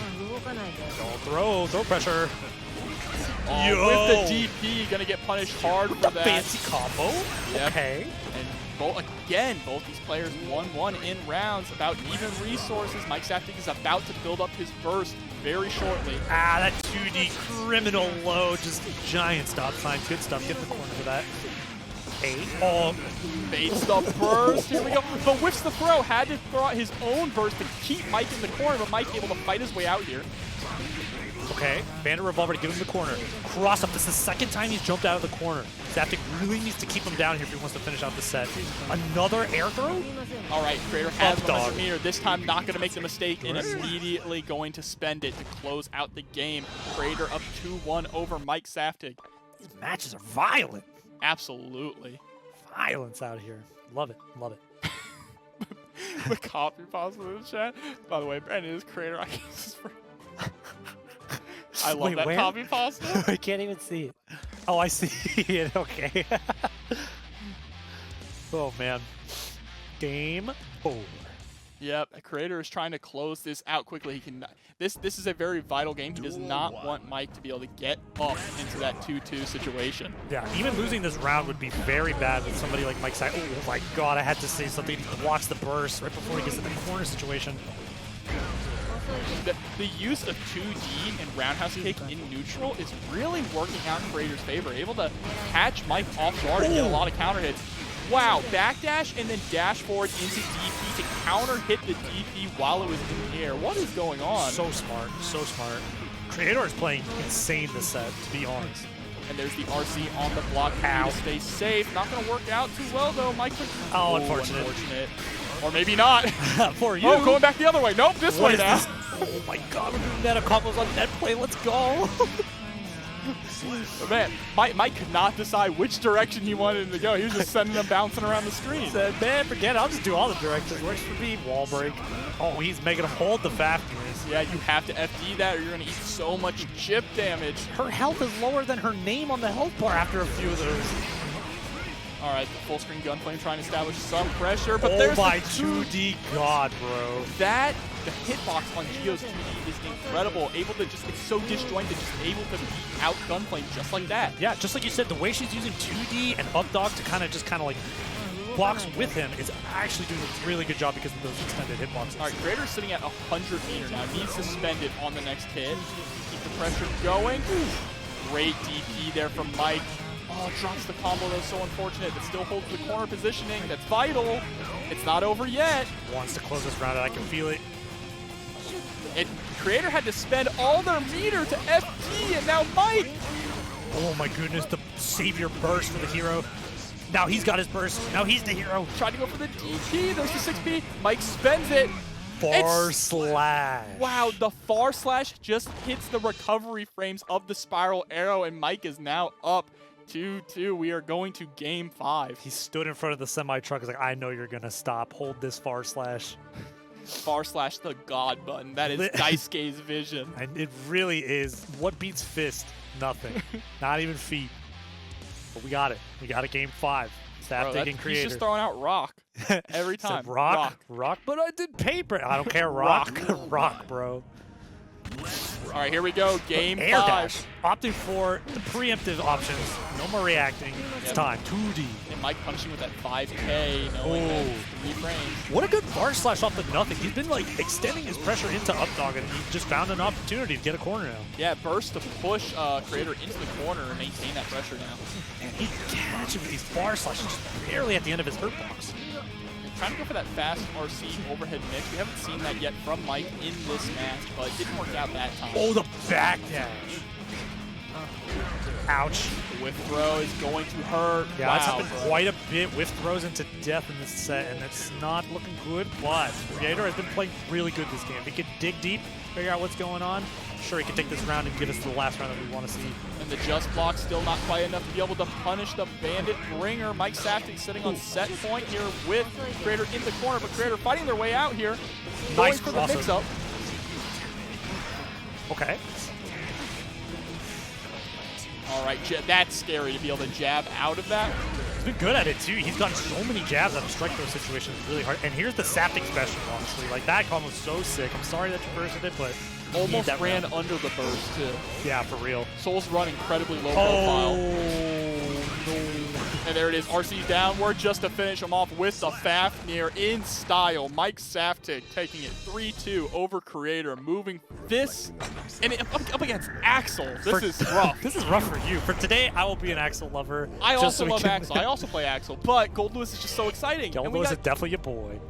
In top 8 of TNS. Love it. This is exciting. I'm so happy. That's a sick color, too. What color is the alien? Purple? Pretty sure it's purple. Bro, the orange Goldlewis? Sorry, cryptid, not an alien. Cryptid. All right, let's see. We have Goldlewis, Cheryo Goldlewis versus Zintai Axel here in top 8. This is an incredibly difficult matchup. Yeah, this is toxic. It is Goldlewis's hardest matchup, but it is not unwinnable. Yeah. If you have the opportunity to capitalize the windows of punishment, you will destroy him, and there will be an opportunity. You just gotta wait. Yeah, Cheryo, exactly like you said, it is patience. It's all about patience. You just need to score one hit. Trust in your ability to destroy him in that hit. There we go. There This we is go, how a it counter starts. hit. Just needs to get in. All right, Zintai fighting their way out with the 5K here, going for a nice little combo here. All right, another chance at life. All right, using Spends the his gun. security. Ouch. Yeah, opting to use the security to throw out gun, trying to catch Axel, but that's kind of dangerous here. It is tough because Axel. Oh! I feel no. I feel gross. Wait, I want to see Cheryo try and fly. Yeah, that's fair. I would like to see some great flying Goldlewis. Yeah, Goldlewis can clink. Oh. He can clink his dash button into his Behemoth Typhoon going forward in order to send himself propelling almost full screen with the Behemoth Typhoon. That is an incredibly key move in this matchup to get in on Axel and punish him. Goes for the overhead This is what we're option. talking about. Yeah, This is there's what the we plus need. frames. Had to RC there because that would have been the end of their turn. Did not want to get bursted up. I don't blame him because Axel players love bursting the second they get hit, man. All Nice right, and punish. throws. He woke up with command grab. That was definitely an input error. Yeah, maybe trying to go for like a rainwater or something, but unfortunate. Got a game round 3. And see, like we said, Axel has a very weak defense. So Yeah. once Goldlewis gets in with his oppressive offense, it's kind of over. Yeah. You know, he really has to do a good job at fighting his way out because Axel gets 1 or 2 guesses. Also, like, it's not like he's got the most chip to really like trade chip health just to like get himself safely out of pressure. Like, Absolutely not. Look at that. 1 block, and it does as much damage as like a hit 5B. nice jump against the rainwater. I like it. Last time he got clipped for a snail though, so definitely the stack is starting to get in there. He's gonna opt for a laser super. Yeah, gonna throw Burn It Down here. Going for the 2P. Looked like he thought he was gonna burst or something. Ow, 5P. All right, that upward Behemoth Typhoon you see, he pulls it forward to back, going yeah. upwards arc. When that is blocked, that is the end of Goldlewis. I see. Okay, okay. And it must be hard to really keep track of that too because of the way they all look the same. But clothesline, close slash, gonna hit him with close round. Salwardo. That was sick. Tame. We let him know. We stopped time, broke his fingers. It's over. And the first game there went to Zintai, but as you can see, Cheryo, Not afraid. he knows what to do. He knows what to do. It's just guessing right in those situations, and it's that war of attrition. He just needs to keep pushing forward, pushing forward. He's able to score those hits. Yeah. And we saw he took one of those rounds. He just needs to keep doing what he's doing, play a little more patiently. Axel is very committal. If he's able to get Axel to commit to a 2H or a 2H or Renson, that's his option to get in. Yeah, I would like to see a little bit more dash up 2P or like dash up just block from Goldlewis, as hard as that is to say. But that would really put some fear into Axel, maybe kind of walk him into the corner a little bit like that. About Goldlewis skin, I want to talk about one, but it's not esports. Oh, true. I got you. Guy Fieri or The chat. Oh, I see. Well, all right, here we go into the corner. Look at this. This is the Goldlewis pressure. Oh, that my. upwards one is like plus 30 shoveling the something. snow, I bro. can't remember. Oh my God. Yeah, gets him with the low option there. Able to confirm with the 2K after the 842. All are even in the eyes of the gold when you are holding 268 Yeah, so pressure. that 268, yeah, the 268 is so incredibly plus on block. You cannot be pressing after that. Gets at least 2 if he's on top of you. All right, tries to go for the overhead option there. 2K, Keeping him 2D. honest. Keeping him honest. Look at that. Axel hasn't even been hit. Look at his health. Nice blocks. I'm so, like, whenever I see a Goldlewis block this out, I have so much respect for it. This would drive me crazy, bro. And great confirmed with Zintai here on the one vision. Goldlewis is a super heavyweight character, so he has to input that incredibly fast to make sure he actually gets caught with the time stop. Yeah. And this is... Ooh! Big man can fly! This is it. Oh, the burst. Yeah, Unfortunately. the burst throws out the gun. Chippy. You're almost out of meter. Yeah, and there it is. Renson closing it out. A chip move of his own, Axel. JS, my beloved. All right, and again, Cheryo just blocking this pressure. He needs to throw out some super jumps to get over that 5P. He's going for dash jump a little too much, and Axel just has such a great time dealing with that. Oh, there it is, the Knockdown. gun. Gonna allow him to get a little bit closer, getting Party the time. party started. Nice punish on the back. It's just that's good. That he's, even though he's finally got that moment he wants, he's still chilling, looking for the punishes. All right, here it is. Burn it down again. Gonna pull him all the way. I like how he's using burn it down just to pull him in and get his pressure started. Blocks the wake up super. Does he know to jump over the second hit? There it is, the counter hit. Oh, tried to go for the cheeky reset with the fast overhead burst to maintain the corner. This is ready. That's the end of his turn. Yes, you told me. I learned. That was definitely a missed input. If you miss input, you're going to get a jumping Behemoth Typhoon. But JS! Go with the pick with the JS! And this is what we're talking about. It is not unwinnable. Cheryo tying it up 1-1. So hype, but the use of his security is great here. He knows what he needs to do. Like you said, laser super, burn it down, putting him in a good situation after blocking for like 60 seconds. Absolutely. I mean, this, if... the chat also thought that was sick. Chat popping off, bro.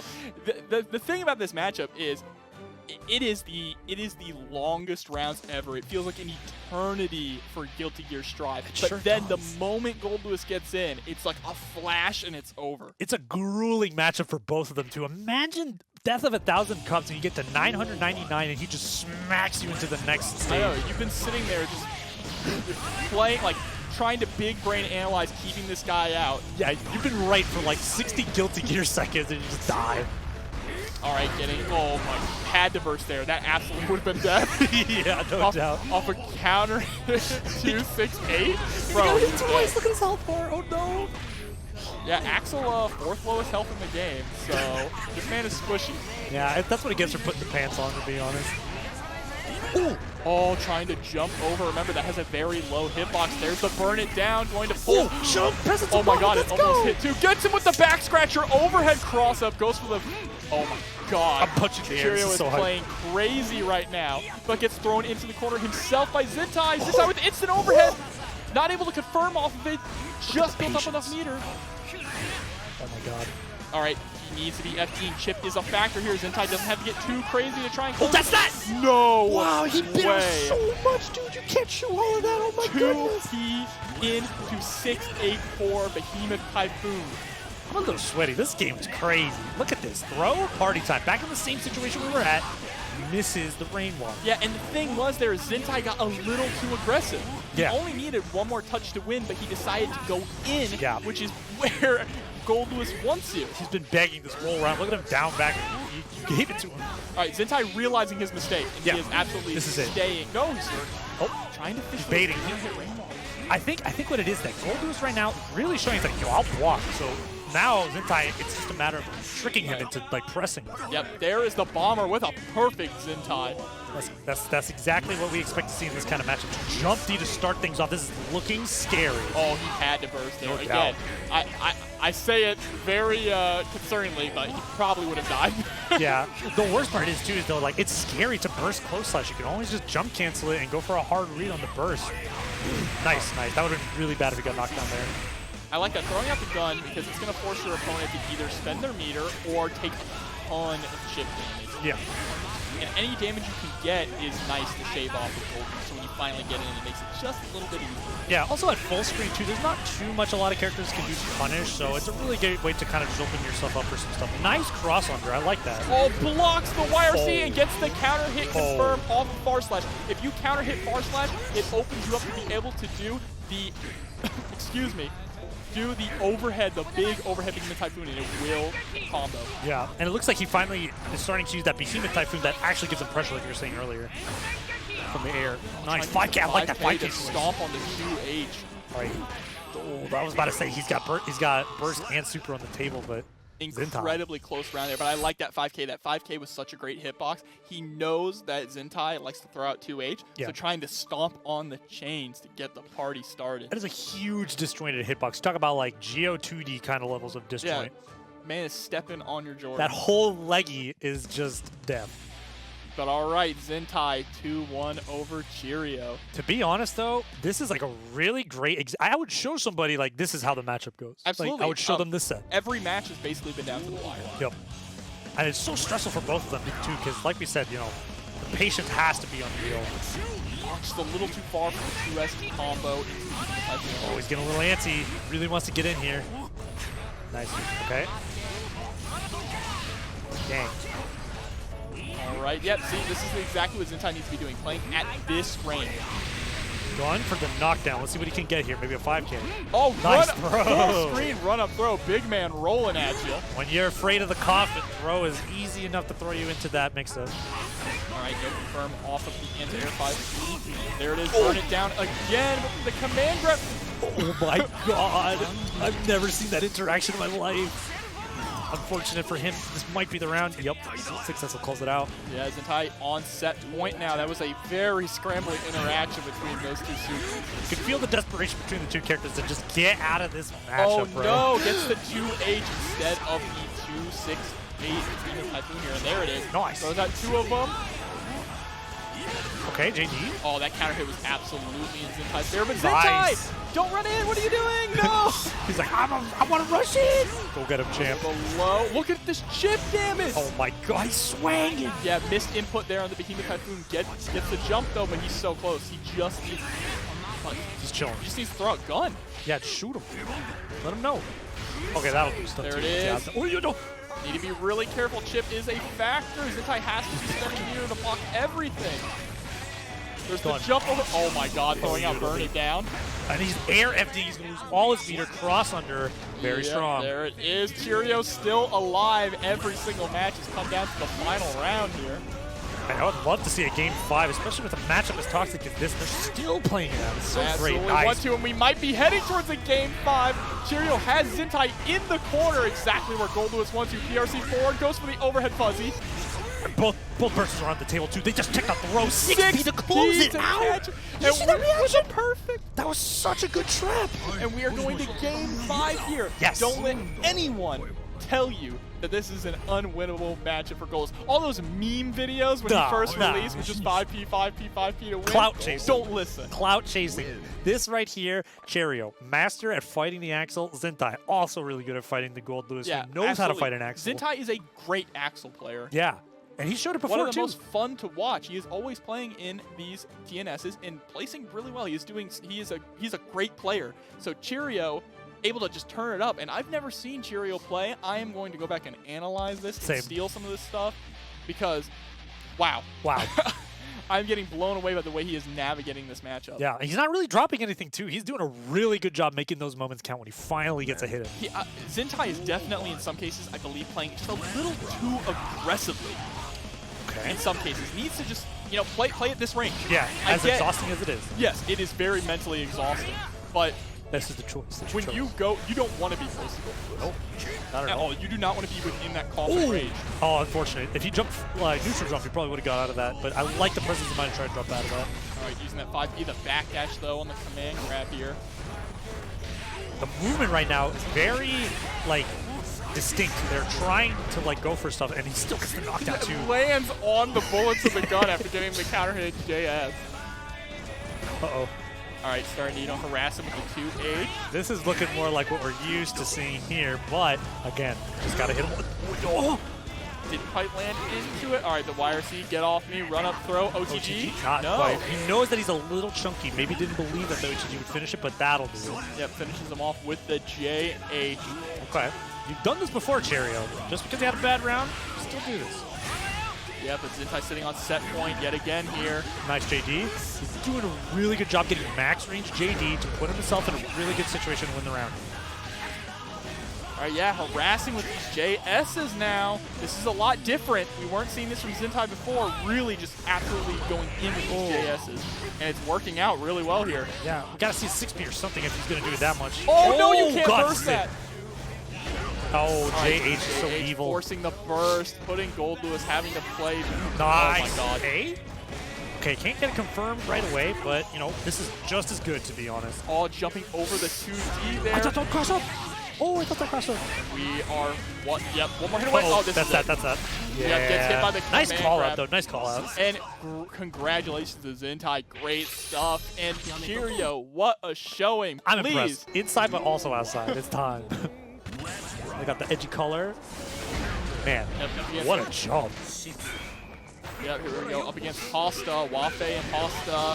Hawsta, of course, rocking the third king, Leo here. I've never seen this matchup in my life. I'm going to keep it above. I can't assume which way it goes, but... Well, you're in for a treat because Wafe is consistently showing off how good Anji is here at TNS. I think that the way that spin works in this matchup is a very interesting way to deal with how Leo just naturally goes about neutral. So yeah, I would like to see a lot of that. Also really trying to play the zoning game too against Is that Guile? Anji. Is that you? I can't see. Lion Guile. Oh, Lion back bro. turn P is so good. Such a great anti-air. Always has been. And it auto-corrects too and leads into so much damage. All right, 2K2D. Chilling. Ooh, no, he's stepping on him. Ooh, walking. Ouch. Blocks the A burst. virtualized chat, no. Okay, no hard knockdown. He is swinging. Yeah, and that round right there was all Hawsta. That first game, all Hawsta. That was relentless on that second round. Man, Waffle probably needs a moment here. Figure out what's going on. Yeah, it's okay to always take a little breather. Yeah. Yeah, I don't think there'll be a balance patch in the next with the next character release. I think they're gonna wait. I hope they don't, because I feel everything is nice where it is, and there's a couple characters that are like maybe not the most interesting, but if they get changed a little bit, they're gonna be insane. Absolutely. Geo being one of the one on my mind right now, talking about that. Speaking of a character with a lot of changes, here we go. Wafe again trying to get things established with Anji, but a great 6P right off the bat from Hawsta, forcing Wafe into the early burst to try and turn the this momentum Twitter! around. Hello? All right, Kizzie to get out of this pressure. Gets him with the clean, raw overhead on the Fujin. That's gonna hurt. Oh, fast PRC there. block. You got a counter hit on that run through too. Looks like Wafe might have been going for a throw punish. All right, establishes the pressure, throws out the butterfly in neutral. I like the way that the butterfly trades with Leo's projectile is incredibly interesting. How it goes up and then comes back down. Acts as like a kind of like a stop sign, even though that Leo kind of already just put out this mobile stop sign. And there we go, goes for the low option. The Fujin gets the pick up, and Nice. that round goes to Wafe. Okay, Waffe's showing his experience in the matchup and his experience with Anji. So let's see if we can get another round here and make it 1-1. All right, goes for the overhead option here. Oh, it drops the basketball combo, but it's all right. Still has the corner pressure. Nice block into the throw. Great matchup knowledge. Yeah, that's a key thing against Leo players. You want to be throwing those run-throughs. All right, His in and out is really good right now. But the classic 2K2D from Leo. We're going to go ahead and get a wall break with Berserker Barrage here. Okay, wall break, back on the floor.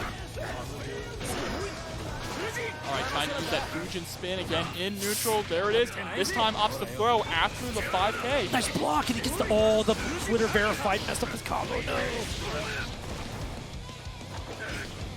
All right, I like the way he's using spin in neutral here. Oh my God, guard point. Parry of his own. I was about to say, yeah. So I can do that too. Spinning through the run through, but the great awareness from Hawsta to PRC and punish him with a throw. Such a fast-paced exchange right there in the last few seconds. Nice, good job. All right, again, just throwing out these raw Fujins. Oh, he mashed him out of the ground point. Very scary, but also super great for him today. Double DP. Or again, getting hit with the 2K2D. He's just not able to block this blunder that Hawsta is putting him in. Running straight into a back turn S. The super is going to OTG off the ground. Not close enough to the wall to get a wall stick. Nice JD to pop. Oh, he's ready for the 6P. Yeah, Hawsta has been absolutely on point with these 6Ps. Nice. Oh, that was what he needed, but there was a burst. There's a burst for himself, but he would have to use it outside of any sort of pressure here. Might see a Goldlewis? No, throws out the DP. Smart stuff there. I mean, you have the life lead, you have the meter. There's no reason not to DP. Even if he blocks it, if he had no meter on deck, would have taken the round. Smart stuff there from Hawsta, going 2-0 up right now over Wafe. And it seems like Wafe is like landing these hits, but man, once Leo gets you down, man, it's really hard to get out of there. Here we go. We're going into our possible final game now. Unless Wafe can turn some things up, make some changes, and really get his game running. We're not seeing too much of, like, you know, the textbook Wafe tonight. Yeah. Okay. Yeah. I mean, with a character that's so quick and because you have to be so preemptive with Anji, it's really kind of tough. So maybe if he can get a beat on the player, and less of like Leo, that'll probably net him a little bit more victories here. Yeah, and of course, it's really dangerous to go for any follow-ups after Fusion as Anji, because Leo can just kind of DP through all of them. It's true. There is enough of a gap for Leo to just throw it out. He's doing a really good job kind of keeping everything very DP safe. As I say that, he gets DP, but you know, he did block for a while. The flash kick rip. And there's the overhead. Just these run-throughs, these meaty run-throughs into low and overhead are absolutely destroying Wafe so far this time. Yeah. And it's hard. Every character, even if you have a DP or a parry, that's something that you have to be able to deal with. And it's actually just better to just not get put in that situation at all. It's either said than done, of course. Yep, there's the DP going for that overhead. Nice. After, grabs the run-through, but doesn't spend any meter. All right. All right, let him know. Double throw. Heck yeah. Burst on the table for Leo here. What's the round start? Nice. Round start going to get a big pickup with the hop after Gooch and throwing the butterfly to try and lock it down into the corner. Oh, hello? Yep, no fly zone here. JD, let's go. The skies. Nice wall break combo. Very fancy. Love to see the Anji stuff. Back to round stream. Oh, parry into punch. This is the axe kick, but it's still in back from stance here. Okay, free blocking. The dial stuff. Uh-oh. This is where we were at before. He goes for the parry super. Does not quite. Leo still in control of this. Back to the corner. Yeah, gets the counter hit Fujin, but the clean burst there from Hawsta to take him off of him. Oh, PRC goes for overhead counter hit. He must have whiffed or gone for a throw or something. Looks like, wow, looks like he PRC'd the hops to get slightly off the ground to get the overhead. All right, Wafe showing some life here. Let's go. I think, and that's the thing too, like, Anji really needs to be able to play the player matchup, I feel, regardless of the character, but maybe he's starting to get a little bit of a trail on what he needs to do against Hawsta and more or less how to beat Leo's Hawsta as well. Yeah, he's starting to figure out some of the habits that Hawsta is doing. Like you saw at that 2D round start, he knows that Hawsta likes to be super aggressive. Right. So he went for a big reward option and it paid off. He's starting to figure out a little bit of his habits and playing around them. Yeah. But it's so late into the game that he needs to be very careful. Yeah, because if Hawsta adapts now, it's going to be much harder for Wafe to keep up. But, you know, Hawsta has a lot of room to play with, so he has a lot of time to kind of do what I just said there. Yeah, you need to be careful. You know, Leo's thinking about DP very soon. The air dashes from Leo has been really good here to get out of the control. Cove to get a mid-screen. Yeah, I like that clean hit on the overhead there. Nice little conversion off of it, pushing all the way into the other corner. He learned, yeah, he learned. Okay, that's a really good burst, actually. Nice! That's with the counter hit super too. This is not going to be quite enough to kill, but he's going to get the knockdown. Gonna throw a butterfly here. Oh, just guard. Nice mash on the read. Nice low. Oh, gets hit with just the tip of the DP. Hawsta trying to throw his own little guard stance there, but the 2P trade in Wafe's favor here. This is a critical round. If Wafe can take this round, turn the tide. And he'll be going into the next one with a lot of momentum because it looks like he's actually figured some stuff out. Can he get the wall stick? No. Absolutely. A little too far. They're just slapping each other back and forth. Very funny. Also trying to go for a little bit of stagger pressure with the 2K. Oh, just outside of the window of the parry, though. Yeah, I gotta be careful for that run through. He definitely wants to take the corner back, and he does. Oh, what the wall splash. All right, trying to approach from the air here. Giving him space. Leo's giving him space. Yeah, I like the attempt from Hawsta to try and go for that whip punish, but he gets to confirm here, trying to bait out the burst pretty hard there. Burst on deck for both of them. They want to get rid of it if they can, but a hero burst would be very scary for Anji right now. He's gonna burst on his own.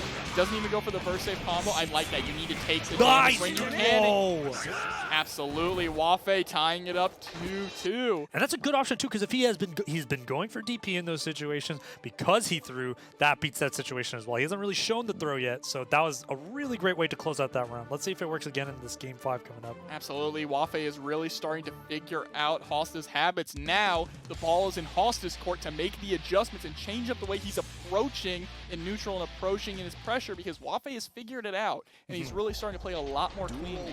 The more Hawsta can get in those unreactable situations where Leo really shines, the better it will be for him. But like you said, Hawsta is doing well right now. All right, he's in the back turn stance now. Goes for the delayed overhead. Oh, wake up throw into the corner. That's exactly what Wafe needed, but he allows Hawsta to squeeze out. Ooh, big counter hit, but burst necessary, of course. All right, PRC backwards to avoid the JD. I love that. I love those my RC versus your RC interactions that happen in Stride. The exchange of resources at high level makes it a very fun spectacle, no doubt. Nice counter hit! Fujin, this is going to be massive damage if he didn't burst. Neck and neck to death right now. Let's go. No RC to get a confirm off that. I don't know what he's baiting here. The patience baiting out the TP. That was incredible patience. Nice, so the low option had the meter to cancel it too if it didn't work. Wafe turning it around and on set point here, trying to send Hawsta home. Resetting his pressure with the throw. Nice little 2K. Okay, he's got him in the corner. Can this Leo get caged right now? Yeah, with the counter hit 5H. Nice. Hop into super. Make sure he gets right in there and make sure this doesn't win. Wafe the Lion Tamer right now. For real. Boss is about to jump through some fire hoops if he can't get out of this situation right now. Firebird coming in. Throw, and Wafe able to turn it around with a perfect taking the game. And this is an interesting matchup. This is not Kizzie K, my bad. Oh, no. I thought I saw Kai. No, it is instead Kreator rocking Giovanna. This can't be fun for Axel. No, you know, this matchup is actually kind of interesting. 2K is a very good option in this matchup. So 2K will actually whiff. It will force Spiral Arrow and Flip Kick to both whiff. That's so cool. You know me, I'm a fan of high crushes. I think that's... Did they buff that recently? The low profile? No, it's always been able to do that. Amazing. And so that is one of the key factors against blocking Giovanna's pressure. But you don't really have to block Giovanna's pressure if you don't allow her to even get in like Zintai is doing here right now. It's true. There's not much of like a change she can do other than forward and jump at you. That option right there, if you predict that either the flip kick or the spiral arrow coming, you can 2K and they will whiff. And then you kill them. Okay, so you can shut down 2 of Giovanna's special moves if you're ready for it. That's nice. It's an incredibly strong tool, but it's sometimes tricky to pull off. Yeah, also doing nothing and then punishing would be a very bad stack for you to deal with later in the set. But that first round went really fast, and Giovanna probably trying to find a way to get in on Zintai. Nice run and throw, mixing it up really well. Getting the safe jump and the micro dash forward, close slash. You can see how Zintai's kind of playing this matchup a little bit different than the other ones we saw today. There, look at this stagger pressure here from Kreator, finally going for the throw and the OTG. Another one just takes the throw, bro. Isn't that what they say in Street Fighter? Yeah, for real. Luckily, he did not get 2-slash for that fuzzy jump earlier. And man, this risk gauge is building up. Counter hit. He is going to close out that round. Kreator, really good job on these anti-air just follow-ups all day today. Nice blocking time. All right, yeah, Kreator knows exactly what to do against Rainwater, which is a little too far to get the full punish there. She's air dashing at him. Yeah, that's going to make Zintai think about using Rainwater again in block strings, knowing that he was ready for it.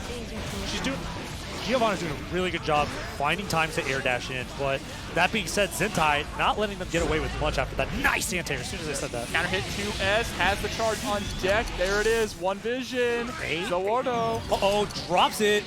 Oh, that's an unfortunate drop combo there. A little bit higher, Zintai. Still able to jump out of the corner. Burst is on the table. He's got to be careful doing it in a very obvious spot. Blue RC throw. OTG with the bravery. 2K. There it is! Like you said! There it is. That is an incredibly key point to this matchup. You can react if you are ready for it. 2K, force her to whiff, punish. Beautiful stuff from Zintai. I'm so glad he pulled that out. So nice to see. Anything that gets low crushed or high crushed, I definitely lose it. That stuff's so cool to me. Axel 2K, the God button. So nice. And it got sped up, too. It's faster now. Oh, word? Okay, so that's what the buff was. That was the buff. Okay. Among all his nerfs. He's given the grace of having a faster 2K. The new Zoordo is pretty cool, dude. I like that he's actually able to do that in combos. Let's see what's going on here, though. Zintai's playing really fast this game. He really turned it up in like this kind of matchup here. And using Rainwater to create some space, but of course Axel has pushed himself back into his home, the corner. 2K solving a lot of problems for him right now. Kreator getting the big old 6H, confirming into a bomber. And you're not, Axel's not really known for fast rounds, but man, 25 seconds and he just won the round just like that with the zoner. Yeah, and gets the hit with the cherry bomb there at the end too. Yes. The delayed one catching Kreator slipping. Yo, 6B, what a call. I forget that button even exists on Axel. For real, right? You ain't never seen a move like that. All right, what's up? Up dog, mid screen. Oh, trying to backdash, yeah.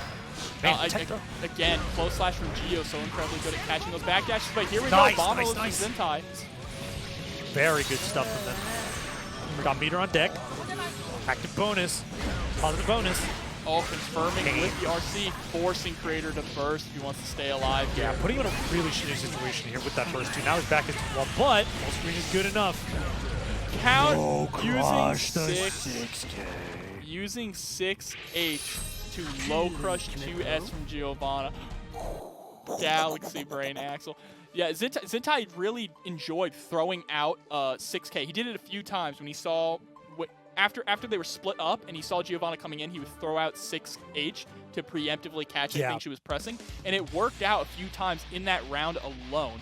So that is definitely something that Kreator needs to watch out for, because if you're able to block 6H, it's 0 on block. So Axel has slow buttons, so you are absolutely at advantage. Yeah.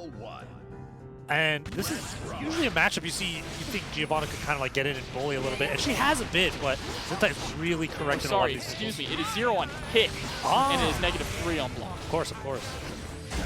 And you can be made more plus depending on the knockdown. If you can get like a really, really meaty like 6H, you can make it plus. So that's something he has to keep out as well. Nice movement, so tricky. That's +2, but he's still in for a 2K. Yeah, the 2K2D with the push out, creating some zoning here. Counter hit JS, no follow up after it. // gonna hurt. 5H into the super. That's a wall break. It is absolutely not quite close enough. My bad. 1 frame away. Oh! Just barely out of reach. Oh my goodness. That was slow motion over the pit of spikes. Just oh my goodness. All right, and Zintai's sitting on set point here now against Kreator. Getting kicked for it, back to the wall. Throw for his pressure. But there's the OTG, a little bit of a shimmy, trying to see what Zintai wants to do. Okay. Oh, dropping the bomber, unfortunate, but that's all right. Able to switch sides and take the corner here. First on the table for Giovanna. Goes for air dive kick, best super ever. Blocks oh my the super God. and goes for the easy close slash 5H combo. Zintai taking it 3-0 over Kreator. Still moving cursed. forward. But great stuff. Yeah, this feels like it'll be a little tricky for Eno. Yeah. Having to deal with spin while he's there. Spin covers a lot of options, and doing nothing against Anji is a little scary because of how his buttons kind of occupy space. Out of the gate, working on a perfect right now. That should do it. Well, hey, we've seen this before. It's data. Yeah, we all know Wafe's out here. Everyone gets one. He's buffering the data. He's on his 5G right now. But all right, Smug already establishing dominance in the first game with a perfect 2. Throwing out, I like that, throwing out the note to beat out the butterfly in neutral here. You don't normally see... See, that's what I'm talking about. Doing simple things like that can like kind of get you around an otherwise powerful option to spin. I like that. Immediately bursting, wants to maintain that corner positioning and keep the momentum in their favor. 6-beat on real, anti-airing from across. Okay. Oh, faking out the overheads, then taking the low and going for an overhead. That's, I hate Eno, man. Yeah, Eno is definitely kind of toxic. Oh my Yikes. God. The special. Ooh, 2H. Yeah, cross up low. Bro, this is some... Smug Sensei is pulling out all the dirty tricks right now. He saved him up. And, you know, when Anji's on his back against Eno, there's not too much he can really do besides, like, you know, parry super, which can be baited out pretty easily if you're just flying around. Yeah, absolutely. And shout-outs to Kreator in the chat. Yeah, I don't blame you for being mentally shot after a match like that with Mike. Yeah. Honestly, you played really well, though. That was a lot of fun to watch. So here we go, going into game 2. Smug Sensei taking that first game pretty decisively. We've seen Wafe on the back pedal before. He can adapt. Just the question is how fast can you figure out what Smug Sensei is. Oh my God. That's what I'm talking about too. Like if you can get like an air dash in on that spin, it makes a really scary situation for both of you. All right, going for the tick throw here, throwing out the butterfly. Nice tech on the throw. Good fallout. Spinning to the 2-8. Hey, dive kick on the go reset. For the fan reset. All right, good throw tech there. There's the spin in the air. Smug Sensei still able to block, though, but we've got that side switch going on. He's blocking himself out pretty well. It's hard to get out of here because of the way Anji's buttons kind of like dominate that corner space. There we go. Nice call out. That's oh my God, with risk. Yep, he said get off. All right, not quite dead, and that risk is still incredibly high. He needs to be incredibly careful. One touch is going to do it. That's it. That throw does a plunge because of the risk. So see, Wafe already starting to learn now. Starting to learn, download the data from the first matchup. Yeah. Smug Sensei, he's not going to give it to him for free. Nope, he's mixing up his options. He did a round start dash up to get the corner for us. Keep in the corner. That's actually a really good idea because of the fact that playing neutral against Anji is a little bit iffy when it comes to how your approach is a Xeno. Yeah, and Wafe using that. Nice. Oh my god, wake up super 5H? Not quite 5H. Kill. But Chipp is a factor, but he doesn't need it. Catches him in the backdash with the chemical love. Yeah, and that'll take us to the last round of game 2. Wafe really looking to tie things up early as opposed to the last game where it took a little bit longer to download. Okay. There's the first, get off me. Back to neutral for both of them. Health bars looking relatively the same, but Ino's starting to build the snowman right now. Yeah, nice little confirm too. Off the low JK into nice. K2D. That setup is so messed up. If you're in the corner and she does JS into JD whiff, do not press for the love of God. That stuff hurts so bad.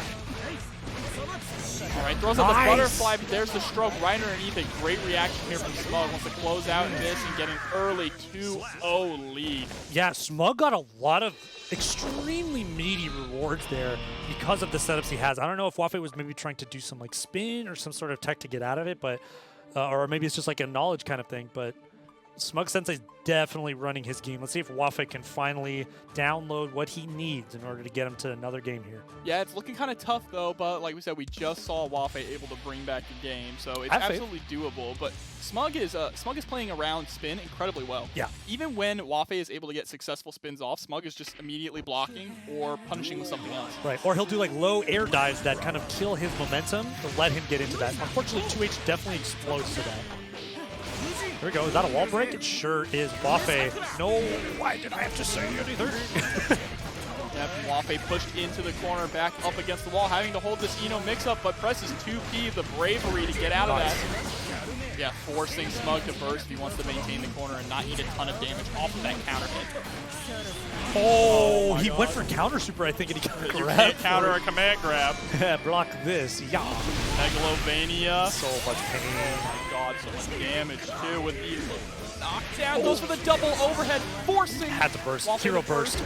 Oh no, 6P, the best 6P ever. Oh my goodness. All right, Wafe is going into what might possibly be final round with no burst on deck. This is an incredibly scary situation to be in, but starting off strong with pressure, pushing Smug Sensei into the corner, getting the counter hit. This is it for him. Anji really bringing it out. Capitalizing on this pressure right now with punish with a far slash.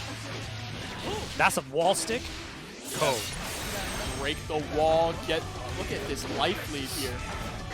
Okay, far slash to close it out nice and easy. Can Wafe bring this to game 5? It's still set point here though. Smug Sensei just needs to take this round, and he's already starting off on the good foot here with the overhead into a combo. Snowball is rising.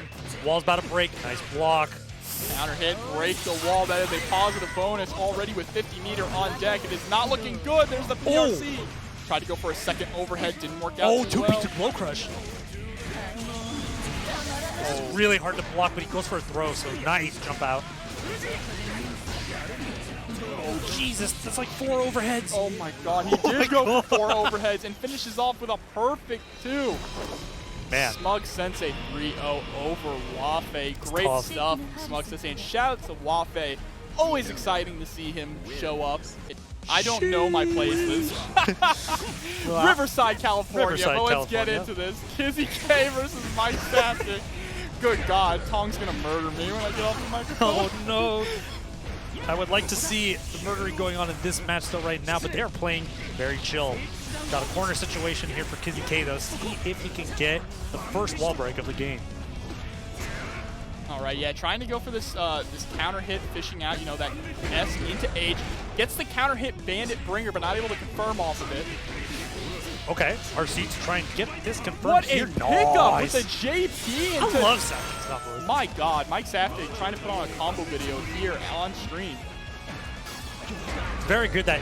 Okay, I was going to say, it's very cool that, you know, even though the game's a little bit more simplified, all these characters have really interesting combos that just change depending on what's going on, so we're seeing a lot of that right now. Lots of 6P, lots of far slash going on in the mid-screen. again, throwing out the gun flame here. All right, just playing this footsies game. That is what Mike was waiting for. He was absolutely just waiting for a fireball to throw out the Night Ray Vortex here. Massive damage off that counter hit. Oh, 5D after fast too. Interesting. The music kicking in too. And just this footsies game going on. Kizzie scores a counter hit of his own, forcing Mike Safton to first. And we know Kizzie be playing Ramola a lot. He has a strategy to fight Soul Bad Guy. He plays a little Soul Bad Guy himself, so we're seeing, ooh, 60s to stop the pressure though. Yeah, just this 6H fireball pressure, really trying to grind Mike down and find this opening. Finally lands it, going to get the wall break here with the Dragon install. Yo, ready or not? It's time. Oh, and that gives you a hard knockdown too, of course. Bro, he's got the purple Gatorade Dragon install too? Dang. Love to see it. He's looking like a DFO character right now. the Mountain Dew Code Black, is that what it is? The purple one, bro? The Code Black, but nice air throw. That's an anime player right there doing that air throw. 1-1. Bro, Kai's Dragon install looks so sick. So cool. I'm legit. Whenever we first saw it, I was so happy to see that. All right, mid-screen again. Trading bar slashes and gun flames. All right, blocks the 5K. Again, just trying to play this quick footsies games. He's fishing a lot with 2S and far as trying to get that counter hit right there. Confirms into knockdown. Oh, great. Yeah, sure. Yeah, that trade definitely worked out in Mike's favor. Would have been scary if he got hit with that counter hit. Yeah, that definitely would have been a wall break, but we're back to the mid-screen. Health about even. Nice with punish on the far slash. Kai being a little bit more rangeful than Soul here. Working out a lot. Oh, my God. Hitting him with his own medicine. We know Kizzie K loves to do that drift back, where it's Mike baiting out the burst with it. Only needs one more hit. Oh, no, not like this. No, not like this, bro. Ride the lightning, and Kizzie taking game one here over Mike by the skin of his teeth. He said, I made that medicine. You don't get to Phoebe that. Good stuff, though. That was a really great round, and they're just, like, adapting on the fly right now, it feels. They're both warmed up, both ready to go, understand how their characters work and how the other one works. Yeah, these are two top players. I mean, they are in winners finals of top 8 here in a pretty great tournament so far. So yeah, and they're showing really the potential of these two characters and how the matchup looks. It's really great to watch. Camp and Never Sleeps holding a very great top 8 right now. Okay.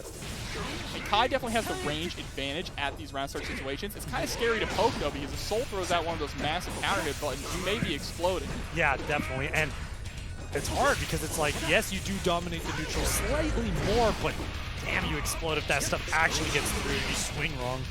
All right, yeah, Mike bursting to maintain the corner, and there it is. Mike loves to do that. He loves to jump up, straight up into the air, and throw out that bandit bringer, knowing it's just going to auto-correct. Love that air movement to get out of the corner. Very safe. Ooh! PRC down to block the DP. Amazing. My brain is exploding. I know, they're just so fast-paced. Everything is just, oh, amazing. And that just block there, almost allowing Mike Safton to get the punish, but Kizzie is doing such a great job of pressuring you out here. It's with punish, though, by Far Slash. Okay. Yeah, bursting the second hit of the hit DP. We just saw Kizzie do something like this last round. Let's see if he can close it out, or Safton can finish his round as well. Kizzie's usage of FD breaking, that movement. Ooh, nice. I wasn't ready for that. That was good. Late PRC forward to get the throw. Oh. All right, yeah, had to delay that just a little bit to make sure that the stun dipper connected. Ooh, and Kizzie was so close to getting a bar to kind of like even out that round, but the throw, too much to think about. 6-8? Oh, goodness. All right, yep, Night Ray Vortex pick up the full combo, dust loop him into the corner, get that wall break, positive bonus here. Nice, clean combo, exactly what it needed. It starts doing this active bonus. And it's even scarier on Soul. You have to remember, positive bonus not only gives you more meter, it gives you an increase to damage and defense, and as if Soul needed any more damage. Uh-oh, things are going to get started for Kizzie K here.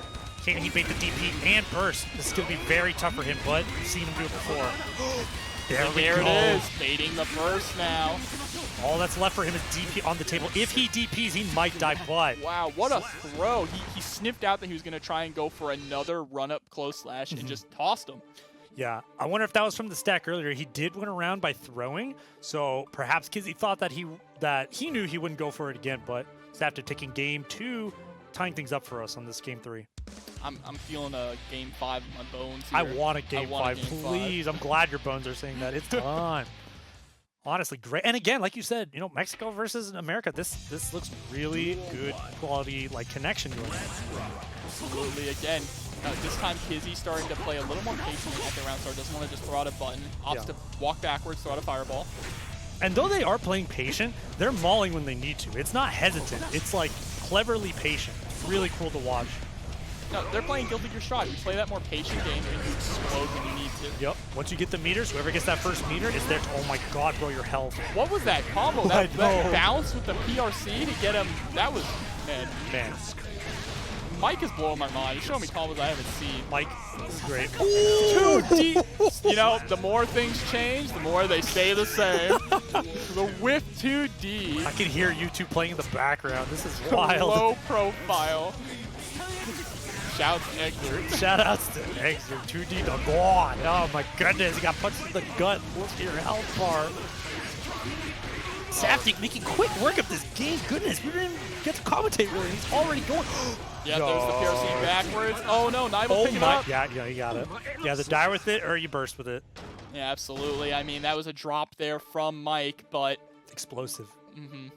Explosive game. And there we go. Mike up 2-1 now. That match was all Mike. That was a soul game. That was a soul through game. and through. Yep. He got a lot of good reads. And I wouldn't count Kizzie out, though. Sometimes those kind of games just happen. Sometimes Soul just gets those kind of games, and Kizzie is definitely the kind of player who can adapt. Yeah, also, a caliber at Kizzie's player, he probably has gone through stuff like that, probably really tilt-proof when it comes to these kinds of things. So he's going to be probably playing exactly how he was this whole time, aside from the adaptions of the rounds set play. Absolutely. So now he's again playing this kind of 2S fireball game. I thought he was about to pick up after that DP2. But he gets that corner pressure. Look at this, harassing at 6H range. That's Soul plus. He's doing a really good job keeping the static forever. Yeah, you want to keep, definitely want to keep the shock state on them. It makes the chip damage so much higher and makes high plus in a lot of situations. And look at this conversion. Ooh. Coast to coast, Space Ghost. Even it up. It's time. Talk show begins now. Who's got the first save? It's Soul. Dang, he threw him for that. That's Guilty Gear player wake up throw like that? Hell yeah. All right, Red harassing. Hey, there it is. Ride the lightning. Kizzie K taking this round. Love it. One hit super. Well, I was like 2 hit super, but still very cool. Okay. Man, this game speaks for itself. Like, absolutely does. It's so tense. This is Guilty Gear Strive, baby. Counter hit 6H. Very strong start. Using the 5H to bounce him up and continue the combo. It's lightning time again. And the worst part about this, too, is that, like, you know he wants to flip kick, so you're looking for it. And if he does nothing, you're just losing your turn, which is exactly what Kai wants. Yeah, eating all these fireballs. Kai, the king of honesty. Look at this. These are all mids.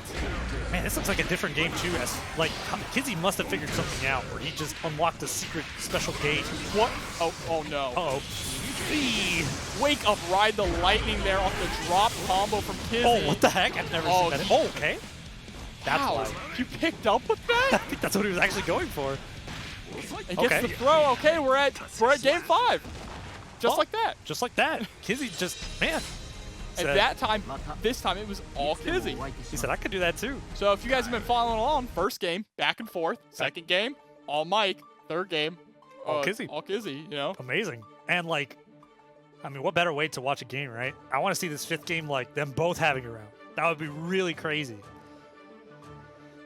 Final game, final round, that would be pretty good. Yep. I'm still shocked we saw Kizzie throw out the dragon install there. That was the wall splat. So saucy. So saucy. Yeah, but a lot of players really starting to find out some more useful things with Kai's dragon install. Yeah. And it's really, I'm glad that they gave it to him because, like, it feels like a really not great option, but, you know, he makes it work now. Style over substance is sometimes, you know. Yeah, it's good to see them give it more substance, too. All right, back to the love for Kizzie, but amazing escape. Gonna need a counter hit for it, though. Burst is a great idea. And Kizzie is starting to consistently burst when Mike is going for these clean hit DPs. He's avoiding a lot of damage out of that, too. Sweet. Oh, my goodness. I love the pressure and the closure to finish out the Night Raid Vortex. Yeah, the JS and the H into air fireball to catch Mike after his tech roll was very impressive. You know, keep that shock state on him, keep the pressure going too. Yeah. Oh man, they're trading fireballs now. This is looking like a Guilty Gear fight. Oh my goodness, dust loops for days. He does have super on board if he can get. Doesn't even need it. Success, easy.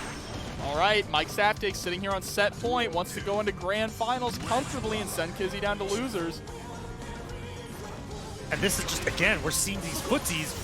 Both are understandable of the ranges of power of these characters have. That's so plus. You have to chill. 6K even more plus. That's the first time Kizzie has shown 6K in this matchup, and it lets him get the hard knockdown too. But raw Vortex. Some big counter hits, flipping the tables for him. We haven't seen a lot of Foudre arc, and I'm sure that once the time is critical, Kizzie's gonna go for it. Saving it. Okay. Static's on the table. Counter hit. The counter hit, gonna PRC, try to get that good scaling. Opts to go for the wall break once the setup. I like that, I like that. Especially with a character who has the reversal option and the kill potential. Not bad, not bad. Close slash to flip him. Final round. Yes. Well, you got your wish, Matt. Here we are. West. Final game, final round. Kizzie K versus Mike Saptic in winners final. Okay. We're opting for some fireball pressure. Nice, just guard FD. Big counter hit. 5K2, trying to establish some of this pressure. 16, get off me. Okay, there's the Foudre. Nice bandit bringer, very tricky after the cross-up IAD. He held onto it for a little longer too to keep himself floating. Nice little burst bait, keeping it safe. That's a perfect time to burst. He was just about to get smashed through the wall, which would have been really bad. A meter to play with too. Health not the same quite, but it's okay. Landed a knockdown. Goes for the hard knockdown, straight into heavy stun edge. Good throw. There's the RC. Is he going to go for a wall break here? Most likely, yep, there it is. Not quite enough to kill, though, but he has positive bonus, which is very good in this situation for him. Oh, my God. Bro, that 2D just whiffed. 1 meter left. Backdashes out to more safe place, and he gets the counter hit. Counter hit. He's going to build the meter to ride the lightning, and that's it. No, he GP'd! It was the wrong meter. We weren't paying attention. Oh, this time. wrong meter. Oh, last hit. Oh, my God. 2K to close it. Are you serious? I was looking at the wrong meter, bro. Oh, my God. It's too hype. It's too hype. I'm dying. What is going on? And Kizzie, this is, we saw this matchup earlier in the day. It's a pretty, I want to say it's more of an even one. Eno can definitely work through this matchup, but Axel does a pretty decent job at zoning her out. Yeah, it's an explosive and volatile matchup for sure, but it's the worst it is 5.5 to 4.5. Like, I really think both characters have an edge in this. This is probably one of, if not the most even rushdown versus zoner matchup. And look at this confirm here, too. Crazy damage here. Ow, the J slash just barely nicking her in the face there. Okay. Oh, trying to reel her in, but gets the 5B there. And this is a very frustrating situation. Zintai with round 1 of game 1. And that's where, this is where Zintai, or where Axel excels the most against a character like Eno. Yeah. It's especially with her Morgan dash. The dash that makes her airborne, it just allows Axel to really throw out those 5Ps to fish her out of the sky. But if he relies too much on those 5Ps, you'll see right there, he's going to be able to stroke underneath them and get in. Yeah, 6Ps also really good option started to kind of like beat up 5Ps and make him think twice about throwing it out neutral. Nice, nice, okay. 236 has not the best knockdown, but I like the chase down after. Axel does not have much to kind of like contest that burst to keep it safe. Is he yeah, keeping the burst is a really smart decision, especially with a character that can just start getting the snowball rolling. Absolutely. Again, we're moving on to this third round here now. Trying to go for the rainwater to create some space at the start, but Smug Sensei sniffing it out. Nice counter hits. He did not go for, oh my God, the burst bait. I'll talk about that later. That was a really good burst bait. All right, yeah, you see he's throwing out these 5P, 5Ps, and then he does IED backwards JS to try and catch the stroke. I love the empty movement from Eno to throw off Zintai's game, because he needs to dive kick, but if he's doing it too much, it's way too predictable. Is that it? Yep, OTG with the 2H is going to close it out, and Zintai takes game 1. Yeah. What I was talking about earlier, Smug Sensei has already taught us that 214K, the chemical love, will go over Rainwater. However, they got put in a situation where Axel could have gone for Rainwater, and he shows he was going for Rainwater. He just chilled, punished the chemical love, and got a huge confirm when he really needed it. That was very cool. Yeah, absolutely. Zintai really playing on point right now. We're going to move into our second game now, right away. All right. Chat saying that Zintai got the power up at CEO for the matchup. Right now is showing it. The place to power up. It sure is, dude. Gamers all over the place playing forever. It's such a great environment. Yeah, we're gaming. All right, big fan of the colors here. Good stuff. Good characters. Yo, keep doing it, please. Oh, okay. Yep, there's some great 5 confirms into Ren's explosion here from Zintai. He always has that charge on deck. 5K? Oh yeah, 5K. You know, that's not real. Eno cannot hop and cannot air dash after something. None of that is real. You can press afterwards. The only other mix-up is that she lets it rock and you forget to, or you don't react fast enough to punish. So here's the mix-up. Basically unblockable. You're dead. Going out the super. Look at this. Catches with both hits too. Pain.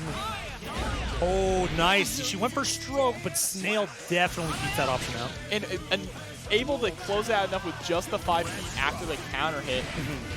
Oh, 5K to challenge the re-jump. That is a crucial part of this matchup for Axel. Absolutely. 5K and 2K are really Axel's only defensive buttons, so he has to learn when to press them. Yeah, nice 5 feet to punish the runaway. I like that because he hasn't really shown that yet. That was a good reaction. Trying to go for the Axel special, the running throw, but Smug Sensei was ready for him with the backdash. This is baby. Oh, nice throw. He probably went for something fancy. Oh, I thought that was a safe jump. Same. Not quite, though. Mistimed a little bit. YRC, dash up close slash. That's the end of your pressure. Oh, the damage. Yeah, good stuff from Smug Sensei to have the awareness to know you can punish there. Oh, going in. Uh-oh. The beloved coming. Oh, the dodge. Oh, God. Now has to be really careful. The air throw there, going to get this pressure going. Tries to go for the instant overhead. After he jumped after that JH, I was like, oh, my goodness. Yeah, the double overhead. Nice just guard, 2K to punish. Yeah, just guard allowing for that punish, too. Oh, a little greedy on the double overhead, but lands a knockdown anyway. No bad. One thing you'll see at really high level is just guard. Even though it's very difficult to pull off, it is a key thing and it can change defense. Yeah. It's so powerful in this game. Because the Gatling, hold up. What we got here? JS knockdown, back to mid-screen. This is a good opportunity for Axel, but he goes in. Unheard of, but he lands a throw. Yep, run a throw. There's the safe jump. YRC for his turn. That is so tough to deal with. Yeah, that YRC dashboard overhead is so scary. When Eno YRC is on you, it's terrifying. It's so You're bad. basically mixed. Yeah, you're so mixed. It's like Exerd pre-nerf Millie and Zato YRC or dead angle, where they would spend the 50, put you on the floor, and just mix you for like an alpha counter. It's crazy.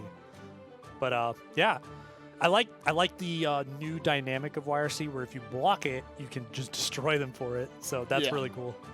No, it's definitely it's more streamlined than dead angles were back in Exerd.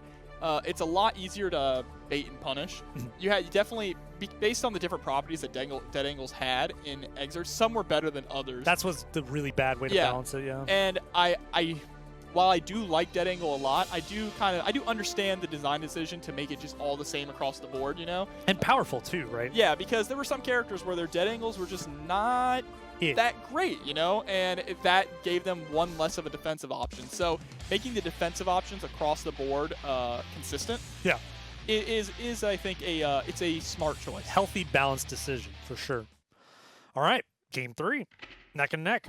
Mankind knew that Smug Sensei and Zintai really playing it out, changing when they need to. My favorite song, let's go. Freaking love it. Hey, counter nice hit JH right off the bat here from Zintai. All right, we got a dive kick. Time to party. Yep, getting the wall break here.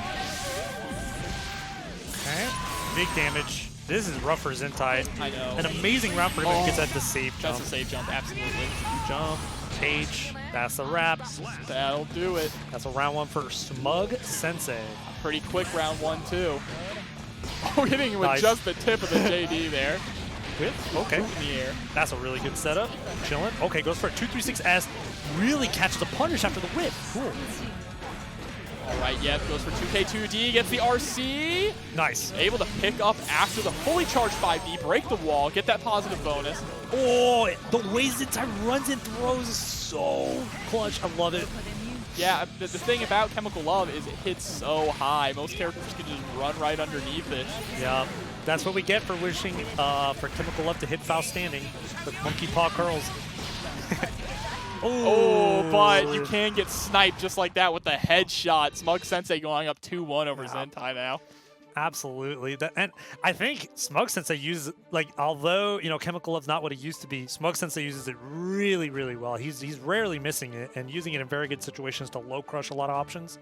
No, absolutely. I mean, even though Ino lacks vertical chemical love, horizontal chemical love still putting in work, still a great tool for her. Yeah, and there's a lot of things that you must punish with chemical love. So the idea that it's not a useful tool is definitely not true. This is like a really good tool. It's just not what it used to be. But all right, here we go. Smug Sensei only needs one more game to move forward into our losers finals. Split kick starting it off on this corner pressure, and that, what I was saying earlier, the JD whiff, going for a wall slump. I love the wall slump. Yeah, tries to go for the overhead option. Zintai ready for it, but he wasn't ready for that. Gets sent through the wall with a super. Psycho Crusher into that. What's the mix? Oh, I mean, oh, I did it. I did it. There was no mix. There was no mix. Okay, teching throws, very dangerous. Let's go. Yeah, these JHs. Oh my god! Back, and the 2S to punish. Please win this. Yo, Zintai, you are a madman. You're crazy. Oh, the double jump. Man, he is playing bullet hell right now.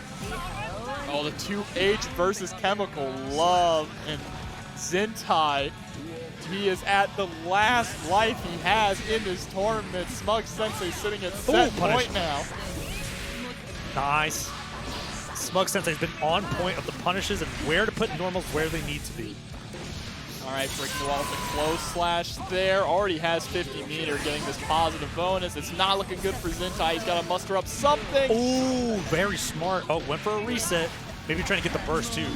Spends the super, and there it is. Smug Sensei closing it out. Got a little bit of a beat of how they want to be playing this. I don't think they've run into each other in bracket yet, but this is it. Yeah, the early burst there from Mike. He just absolutely does not want to allow Ino to get her game going. You see that a lot against Ino's because once she knocks you down, it's scary. Yeah. Doing a really good job keeping her there. Caught her biting. Baits the burst. This is looking huge for Mike Saftig. I actually... That was so interesting to just throw out button, gunflame, button, gunflame. Ino doesn't really have a way to get around that. She has to make a huge risk. Yeah, it shuts down her stroke option, which is, and he was doing 2S to make sure she was not going to try and stroke in. That was incredibly smart there from Mike. Yeah, and a lot of things too is that because of the 2-slash buff, there's a lot of spacing where 2-slash will also beat your dash in if you're a little too close, which is the option that he was going for. Okay, backdash, 5K clipping the backdash. Oh, counter hit, Night Raid Vortex Raw. This is gonna hurt. Ooh. Nice, 6 saves to get as much damage as he can because he can't go for the super there. Not enough time. All right, YRC, get off me, jump back. There's the PRC with the air counter hit. Not able to convert, fortunately. Oh, FD. Okay. Get the purple beats on the re-strokes. Chilling. You know how bad these fists hurt. Nice low with the no hero burst. Let's go. Yeah, just a little too close though. Smart from Smug Sensei to immediately throw out the chemical love, snipe Mike Saftig. These are both very fast characters. It's going to be really hard for Saftig to get another burst. He's already getting his back foot turned into the corner. Fights his way out though. Nice throw. Just cratered into the ground with the wild throw. Here we go. Giving him a crater of his own with JD backdash to get out of their Night Raid Vortex. Yeah, I like that backdash, trying to bait out a DP there. Knew that Mike had 50 meters, so if he blocks the DP, just went for the gold burst. I respect going for the gold burst when you see Soul running up, but Saftig is a very patient player. Yeah, and that's Mike up 1 now. I like how Mike is using his movement to like scare you into like pressing buttons. He's been doing that the whole game where he just runs up, FD, chill, and if you whiff, bam, big huge counter hit. Yeah, and that's Soul bad guy. I mean, when you get Soul capitalizes off counter hits, probably, well, not probably. Maybe it's arguable between him and Nagoriyuki who capitalizes off counter hits more. Right. He is a counter hit monster, and Mike is playing him to perfection in that way. The fear of Soul itself is enough to make you want to press when he's just running at you. So making a really good use of like not overbiting or not overeating or overextending. Well, traditionally the way you fight against Soul is you have to stuff him. Yeah. Which is scary because in past games, yes, he did a lot of damage on counter hits, but in this game, it's so high up that you're taking a risk every time you attempt to stuff him. Yeah. And here we go. Speaking of damage, had to burst there. Half health off of like a combo and a half too. There we go. JS, JD. Oh my goodness, this is so scary. Even if you have a DP, you got to put that stick forward. Yeah, and there is the DP getting the crossing under here. establishing some dominance. Running right into the oven there with that one. Okay. Like Back in the situation he wants, though. The stare and wait, as Proxy has described it, very strong for Saptic. Yeah, Mike is a, we said it before earlier tonight, a very patient Soul player. Yep. Patient, a lot more patient than many Soul players you see. He's willing to play that footsies game, and he's very strong at that footsies game. He doesn't overextend if he doesn't need to, and when he does, he makes it count. Good round from him. Game 2 going to go towards Saptic for this first round. Let's see if Smug Sensei can make an adaptation. Okay. Yeah, 6S into Gunflame here. Nice 2K to stop that. All right, finally getting over that 2S there, Smug Sensei. And yeah, we see it all night. Mike, when he is pressed into the corner, he will do a jump up, like a super jump up into the air, immediately into Bandit, Ringer, and he'll hold it for a bit to see if they cross under. So We saw that he turns around. Okay, this empty movement is crucial for getting him to swing on something. There we go. He almost died to that 6S, but 2 HP a really extended hurt box. All right, wonderful blocking here from Mike. The air movement. Bandit Revolver to get out of the corner here. See what I'm talking about? 2slash just blew up his air approach, which is one of the other approaches he has. Nice. Yeah, but there's the wake up super. He's gonna block this. Nice. Oh my God! Please fight it. Oh, the delay afterwards to take That hurts me, bro. Mike up 2-0. I thought he dropped it for a second. I was like, Same. wait a minute, BRC. BRC, dude. Time stop you and infinite hit stun. It's crazy. 5K, it's 3 frames. 2 hits. What are the chances that Daisuke loves his boy Soul? Very high. It's his OC. It's him. It's but Guilty Terry, Gear. but cooler. Terry, but cooler. Oh my goodness. Oh, and shout-outs to Quite Fast for Banger, giving the gift subs 5 tier 1 gift subs. Nice. Thank you so much. We appreciate you. And they've gifted a total of 226 subs to the channel. What a madman. Thank you so much. Much love. Oh my goodness. I mean, I'm about to start throwing money for these fights too. This is crazy. Oh, and I want to shout Stay Small Bro, subscribing for 1 month at tier 1. I missed that. Shout out to you. Sorry for missing you. Hope you're still here in the chat enjoying Guilty Gear. Yes, we love to have people here enjoying these amazing games, but that was quite the burst punishment. Right now, Ino's back to the corner. No burst, no meter. Got enough FD to probably get themselves back into the mid-screen here. Whiffing 2H. Good button, though. And again, using the strategy of button into Gunflame to really lock down Ino in the corner, and it's working out so well. Mike Saptic now sitting on set point here, wanting to go meet Kizzie K back in Grand Finals. Yeah. We can feel the ferocity, the way he's using these Gunflames, because you can't just chill. Like, your risk will build and you will die. And the way that he's backdashing too, just the positioning is so great. Able to get himself out of harm's way like that, right there, and get the punish with the counter hit. Yo, all right, goodbye. Oh. DPing her super? Come on, Mike. My goodness. Okay, that's unfortunate. I wanted to see a Saptic combo special, but that's okay. Here we go. Back to what we were talking about.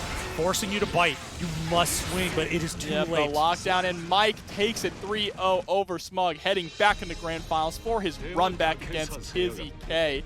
And shout-outs to Smug Sensei. Pulling down a little bit, so let's see how this goes. Grand Finals. Okay, he's punching. He's hot and ready, like a Little Caesars pizza. All right, 2K2D getting the setup early. Establishing that shock state pressure, fishing with that 6H for the counter hits. I can smell the Night Raid Vortex. And all codes have been used. Thank you guys you so much. Getting more money into the players' hands. We love you guys. Y'all the best, and we will continue showing you the best Guilty Gear that we have tonight. Amazing stuff. Fireball Wars. You know, and Saptic getting a little bit of a taste of his own medicine, eating these normal into fireballs, but he finds an opening. Time for his corner pressure to begin. Oh, not able to get the fast RC JD, though. Just a little too low to the ground. Kizzie running out from under the corner. Oh, big DP. Nice. Back to mid-screen. This is where the magic happens. Run a far slash. He's still static. Got to be careful. All right, there's the 2S counter hit. Confirms. Oh, Kizzie ready for the reset there with the throw. But Mike gives him a throw of his own. Drift RC's upwards to get more height in the combo. Saptic special, very fancy combo. Wall break. Mid-screen, but Kai's got a lot of meter. Gonna have to wait a little bit here as Saftic to get his meter back if he wants to contest with his meter war.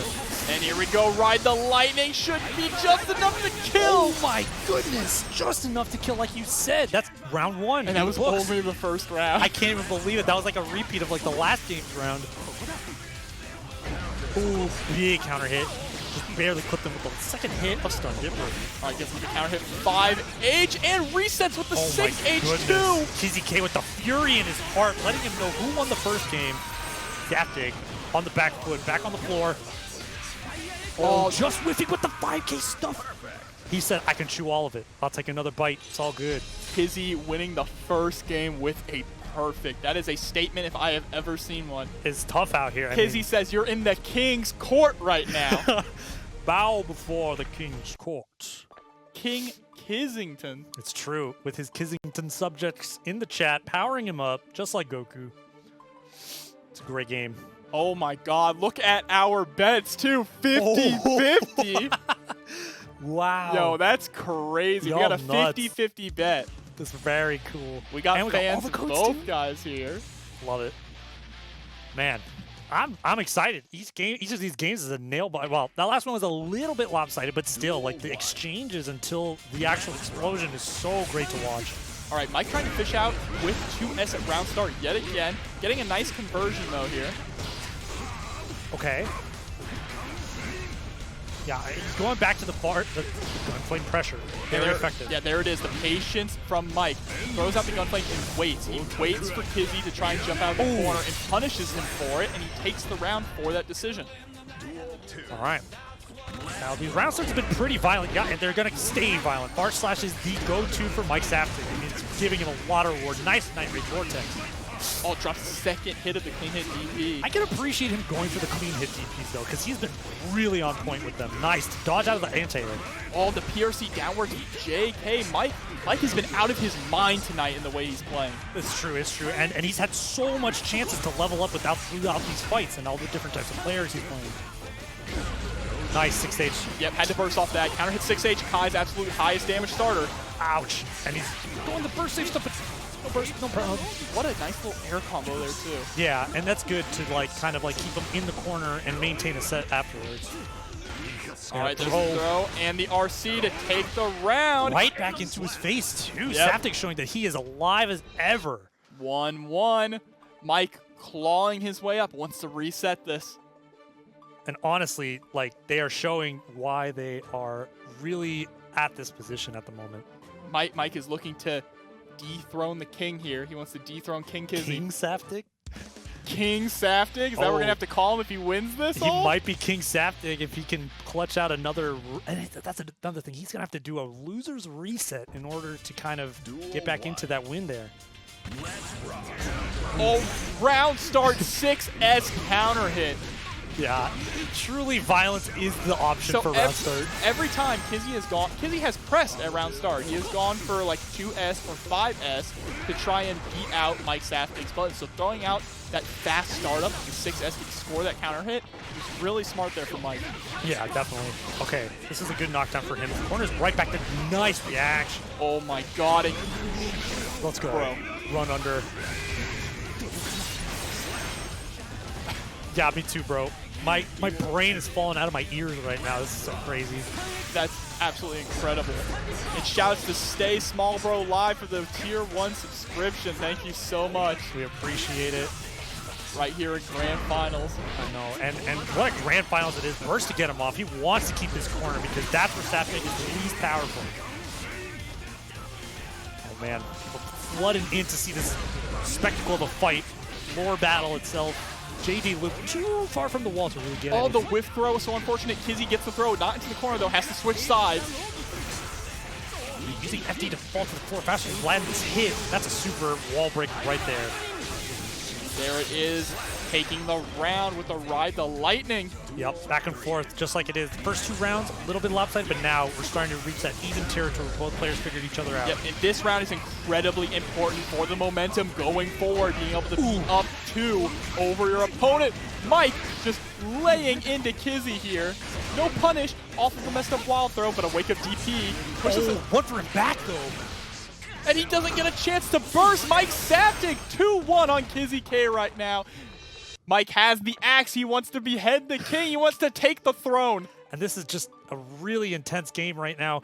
Like, you can see they are hovering between hope and fear within these exchanges. It is intense. And Kizzie is still playing so incredibly well, but Mike, you can tell he's fighting so hard for this. He is hungry. He wants to reset this bracket. He's really taking advantage of every situation that's presented to him. The windows, he's looking through them. He knows what's going on. Okay. All right, some fireball game plan here. Okay, the kickies are powerful. Yeah, Kizzie starting to put in some more damage of his own, saying, I ain't a low damage character. Here we go, ride the lightning through the wall, positive bonus. For sure, and you know, Soul's got quite a bit of health and guts, so like, you know, even though he's doing this damage, like, it's still a lot of damage. Man, does a quick round here. All right, trying to throw out that bar slash, the patented bar slash round start from Soul. Bad guy. The air throw, though, from Kizzie, putting him into the corner. Decides to FD up, but bites right on the 6H. This is going to be a lot of damage. Oh, my God. Yep, another DP to break the wall. Meters on board for Kizzie. Saptic going to have to wait a little bit here and deal with 100 bars. Nice patience. Run a block for days. No. Oh, no. Okay, PRC yeah. backwards. Yep, keeping himself safe there. That's exactly what Saptic needs to reset the bracket. Good Counter-Strike hit. Baiting the burst as best as he can. Yeah, cashing out on damage with another clean hit. He didn't get all of it, though. Oh my God. The amount of fundamentals being played right now. Good use of game mechanics, good use of zone control. Using Bandit Revolver to get in like that. There's the Fafnir block. What a confirm. Oh, the RC didn't push him up high enough, though. Okay, this is it. Mike still has 50. Not anymore. He needed to recover from that. All right, this is a dangerous situation. Look at the patience between both players. The blocked 6S getting punished by the 2P. They must have the perseverance to not walk themselves in the corner or into a hit. Both of them are on life. These JDs! Oh, he's gonna get it confirmed! This is something special! Mike is on reset point here against Kizzie K. Mike, you are playing out of your mind. Okay, throw. Mike is knocking on the doors of Castle Kissington here. He is trying to turn the castle upside down, get another match in, steal the throne if he can. 6P to stuff that does a really brave option, good stuff. You need to be able to do that. All right, Kizzie sitting on 50 meter though, stalling his fall with the JD again. We've seen that earlier tonight, how it's worked out, but the fast RC into nothing throw. Uh-oh, kick on the shin. Nice burst hit combo, gonna land him a nice little heavy combo, but can he deal with the anti-air? Oh, gets caught with the 2S. This is so dangerous. Did you see him shimmy, trying to get that burst? He smelled it. Both bursts on the table. Last round, last hit for Kizzie. There's the burst from Mike. It's all or nothing right now. Nice and gets throw. tossed. All right, Kizzie K Fast tying RC. this up 2-2. Oh my goodness. Are we going to get a game or a reset? Or are we done? This is the final game, Mike. Possibly final game. Mike is either going to reset this or Kizzie is going to take the crown. The fate of them both relies on them. Their fight will be very great. I'm excited. Either way, would really like to see a bracket rerun. I am so happy. This is a matchup I've wanted to see for a long time, Mike versus Kizzie, and it is living up to what I wanted. I want this to go to the final game. Me too, man. That would be really great. Just like the first one, right? They got to game 5, last hit, last round. I would love to see that. Okay. Yeah, Mike starting off strong, yeah. Right. The counter 5H forcing Mike to burst. He does not want to give Kizzie that momentum or eat that damage either. I like to use the time zone to try to get in that anti-air that he whipped and stuff. Yeah, Proxy pointed out, Mike has been right in every single round star. He's been winning, consistently winning these interactions. Yeah, violence is really working out for him on round star. He doesn't really need to kind of scope out what's going on. He's got the advantage with his character. This is where Kizzie will start to eat away for this victory. Can he secure this round? Kizzie just needs that one more confirm, but drops with the flip kick. Oh my God. Run-up throw again. Mike is back here at reset point. The little victory jump. He wants this reset. Okay. All right, trying to fish with this 6S to get that counter hit, and there it is! Out of the park, but not quite a confirm that he needed, but 3-4 screen. Kai's back is to the corner. Uh-oh, nice. All right, yeah, establishing again this fireball pressure game that Kai is so incredibly good at. He's scoping out these backdashes after food drape, really landing a lot of confirms after that. All right, again, heavy stun edge pressure here. Counter hit 5H, forcing Mike to first. Oh, just a little too far away. Runs in deep for that close slash, trying to bait out a throw. Yeah, that's the second jump that Kizzie's jumped out of. He's in a very jumpy mood. Maybe delayed load for Saftig will land him around here. Again, he keeps getting caught with these backdashes by 2S from Kizzie. Uh-oh, this is really dangerous. Kai keeps running up, and Saftig goes for a double jump back. If Kizzie catches wind of that, he could definitely start doing some damage. He has the meter. He needs the burst. There it is. Mike, the patience. Just at the face of adversity and fear, he's just chilling. Kizzie's about to have more meter, though. This is such a scary situation. And Kizzie gets them. Mike gets the reset. Mike has kicked down the doors of Castle Kissington and said, it is not over yet. No, I sir. am coming for the crown. The people desire it, and I desire it. Saftig wants another game. King Saftig, that is what he is looking at right now. He wants it. I am just amazed. What a great game to come in on and commentate for. I'm having a blast. This is, hope you all at home are enjoying this too, because man, a reset on grand finals on these caliber of players, the more in store. All right, here we go. Mike is riding this momentum now into our reset. Okay, the FD breaks right now. They're pulling every stop. Both these players are doing everything they possibly can, pulling every trick out of the book. That was great with punish. Yeah, risk for them is not a factor right now. There is no fear. All we know is what they must do. All right, yeah, just trying to establish this far S5H delayed Gatling situation. Baits out the burst there with the drift backwards. Is not going to get the wall splat. Very closely. Stun's gone. Wall is off the table. And never mind, we're back in this. Yeah, Mike is doing really well, jumping out of a lot of this pressure from Kizzie. Kizzie having to PRC there after a whip throw to keep himself alive.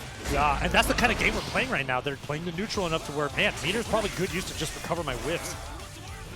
Look at this patience. Mike is just waiting for the perfect opportunity to press. Kizzie staggering his pressure so well. Yeah, Kai on a pixel of health here. Anything could do it, but ooh, 2K. No. Yeah, the recovery on the fireball was a little too close, allowing Mike to get the 2K.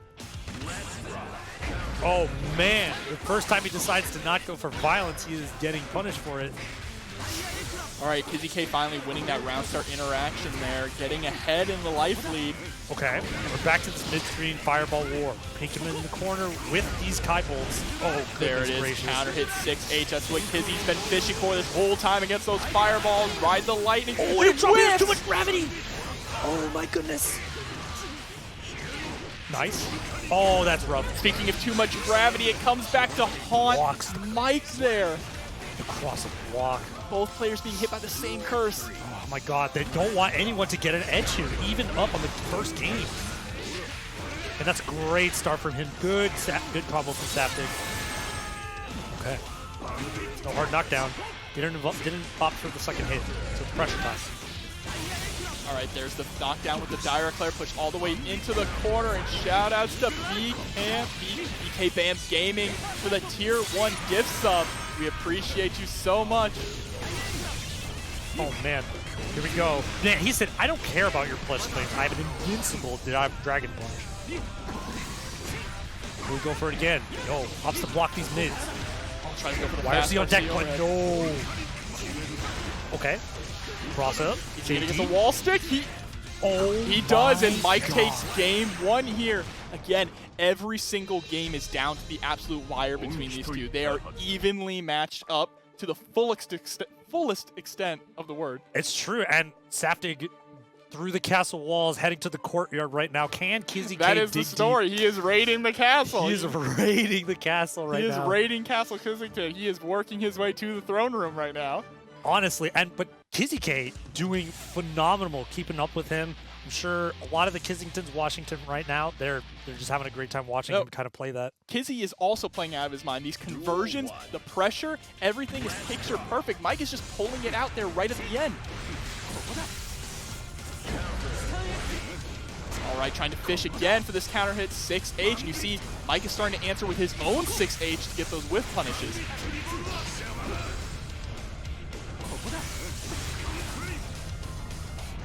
I never thought we'd have the whole crowd rallying behind a Soul player, but here we go. For real. Again, there's a big counter here. Gonna go ahead and convert all the way into the corner. No, tries to bait out the burst last second, but ends up having to spend his own burst to keep the pressure going. Man. The respect to just kind of like SD and like jump around. Oh, base out the burst finally there. Works out in his favor. Push all the way into the other corner, and the fast RC. Mike has not thrown out that fast RC against Kizzie yet at all. Yeah. So using it there just to take the round is perfect. Oh, we're chilling. Static is involved. Oh, great backdash there on the far slash and punish from Kizzie with a 2S. Oh, and a counter hit there from Mike. Kizzie is not going to go down without a fight here. I mean, this is Kizzie K, one of the top Guilty Gear players in the world. Ooh, that's a good punish there. Oh yeah, there we go. Tick throw, Kai special. All right, there's the RC. We're going to carry all. Doesn't even decide to carry to the corner. He's going to break him through the wall with Ride the Lightning. There we go. And Kizzie fighting back, letting him know this is also his game. No, I mean, we have gone down to final round every single game. This is honestly just absolutely incredible, the story that is going on here. Extremely, yeah. They're fighting tooth and nail for every single bit of life. And we are playing these grounded footsies here. Blocks the Night Ray Vortex and the burst. Going to send him through the wall. Ride the Lightning. There it is. TK Ride the Lightning. Man, followed his heart to fade out the burst just to get a wall spot there. Good use of meter. Look at all that damage, too. And there's the run-up 5K. RC going to take it, and Kizzie 1-1 again. So he stepped off his throne, pulled the blade out. He met Saftig. It's time. He wants Mike to kneel. Yes, this is his kingdom. He says, you're in here trying to masquerade as a lord? I command me to kneel. Saftig, worthy of lordship, as we've seen as his rampage throughout this bracket. And here we are, 1-1 in our reset, too. I know, and honestly, if we get a repeat of just last hit, last game, I'm sure everybody and us would appreciate that a scream. bit. I will probably scream.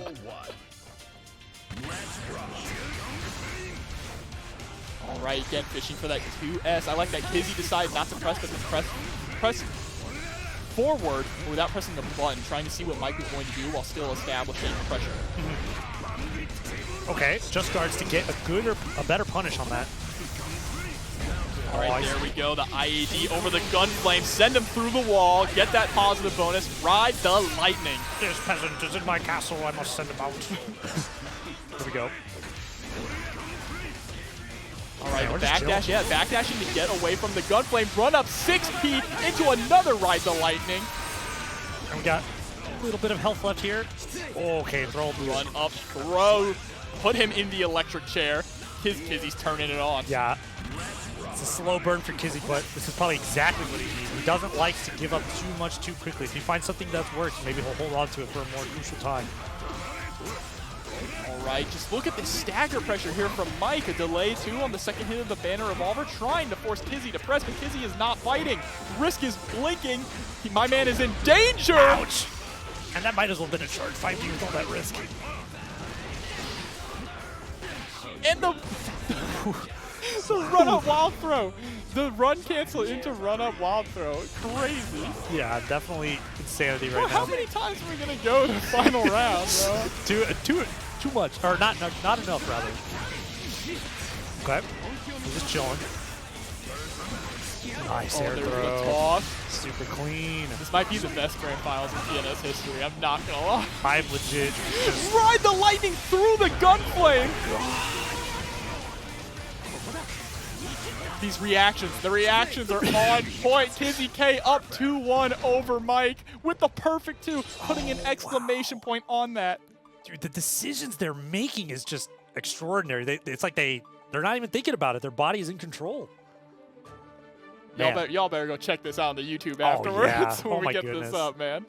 I'm going to be watching this back. Same. This is just phenomenal grand finals here with the reset, just neck and neck, taking as much as they can, not letting them have anything. And we might be moving into what could be our final game of the tournament. Kizzie K. They both have turned up a lot during this set, but Kizzie, at the moment, has been exceptionally turned up for this particular fight.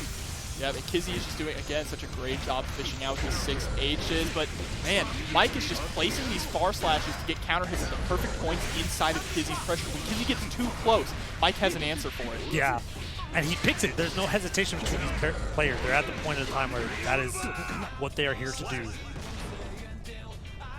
Saptic making an argument for herself that he wants this game 5. There we go, big counter hit. There's the counter hit, Kizzie K ready. That is we have seen Kizzie K do that time and time again. When Mike tries to go for that landing reset, Kizzie is ready for the throw. There we go, kind of needed that. Yeah, forcing Mike to burst here. Kizzie still has his burst on deck. And did you see how he dealt with that? The air dash with the Grand Viper? Absolutely, so impressive. Oh, getting anti-aired by the close slash. And we are on tournament point here for Kizzie K. Can he close it out now, or will there be one more duel? He's trying to strike Mike down. Oh my god. The assault. The royal assault. And Kizzie with the early pressure here, putting Mike in the corner. There's the counter hit, 6-8. Tried the lightning, putting him through the wall. This is it. Gets the hard knockdown, but all Soul needs is Meter in a Dream. The just block on the close slash. This is it. Oh, another whip throw. And finally gets the throw off. But he needs it. This is so scary. He needs to take this without getting hit. Runs up and throws again. Okay.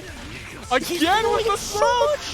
Fully charged doesn't. There's the ride, the lightning. Truly, we are in the court of the Kizzie King here.